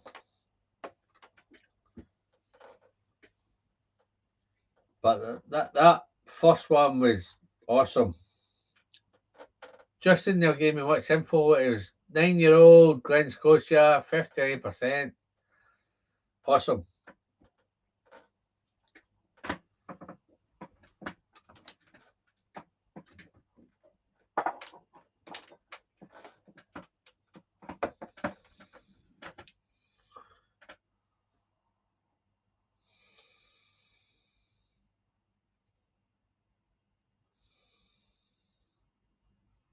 No. Oh, hold on. I'll put the lid back on.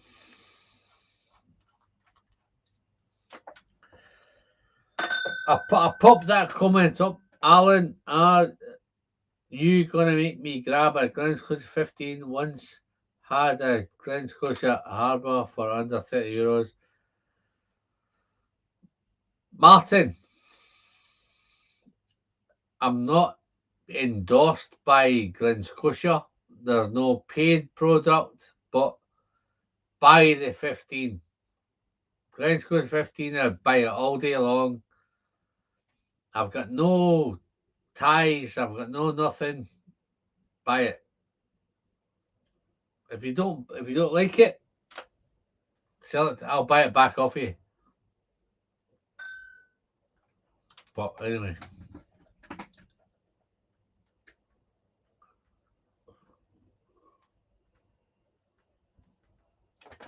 Wow.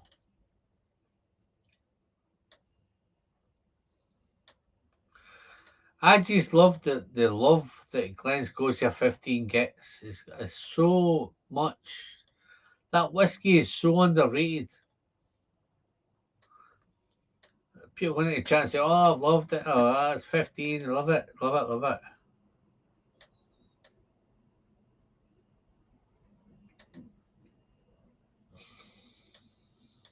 Okay, so I'm going to tackle this one.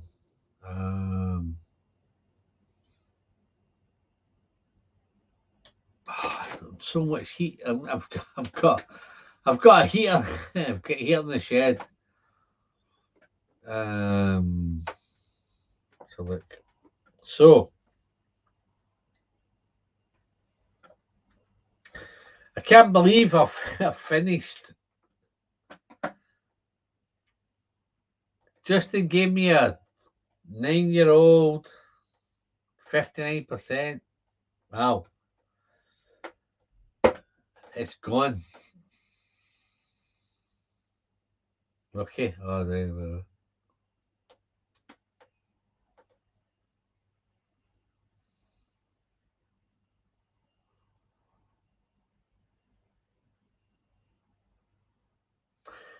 Oh, well, Gabe, I'm going to find out. Well done.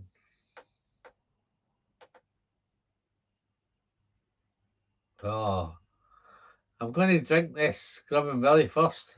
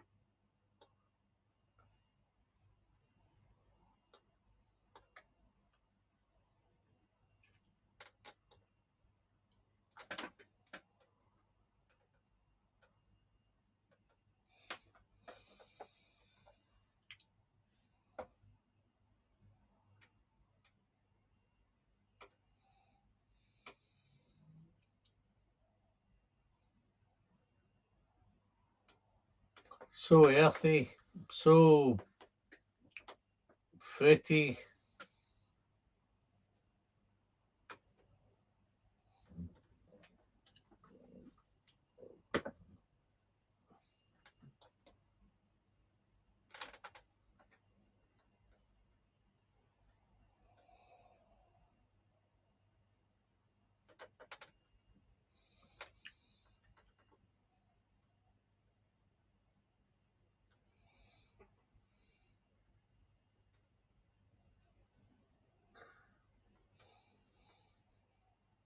Yeah.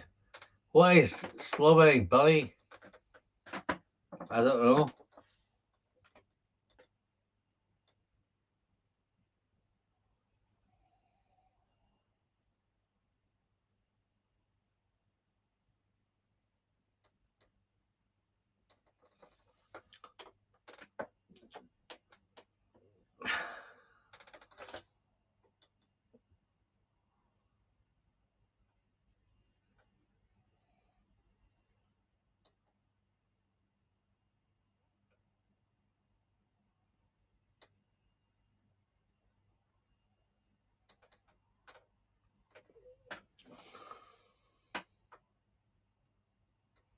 I'm looking forward to trying this bad boy, man.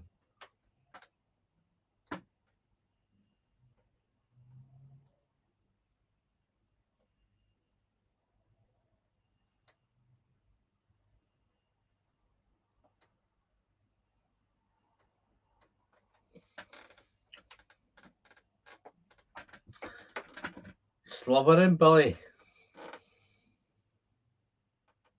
Spudding Dick. First bill bourbon. Let's taste it.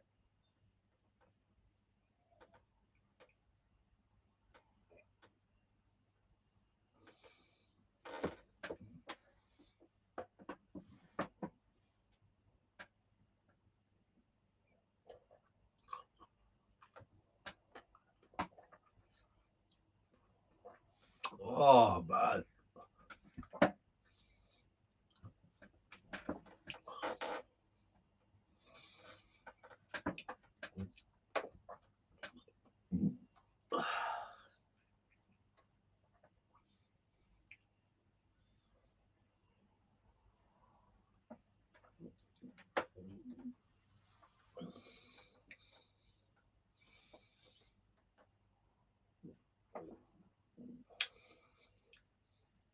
Wow. It's intense, powerful, hardcore. Wow.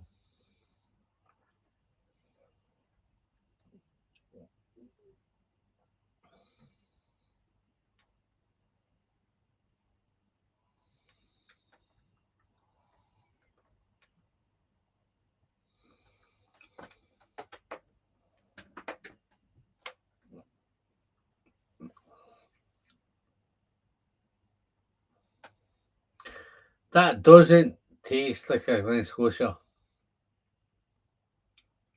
Nothing about it's Glen Scotia, but it's powerful, it's intense, it's nice whiskey. Wow. Super stuff.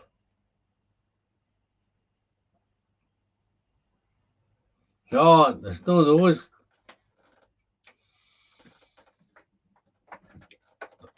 That was super massive. The palate was just incredible. It was super stuff.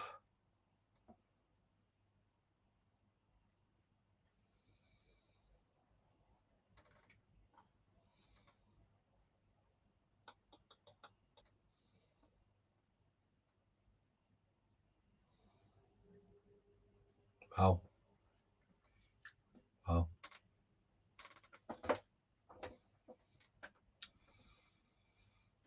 Loved it. Guys, the wife's calling. I need to get off.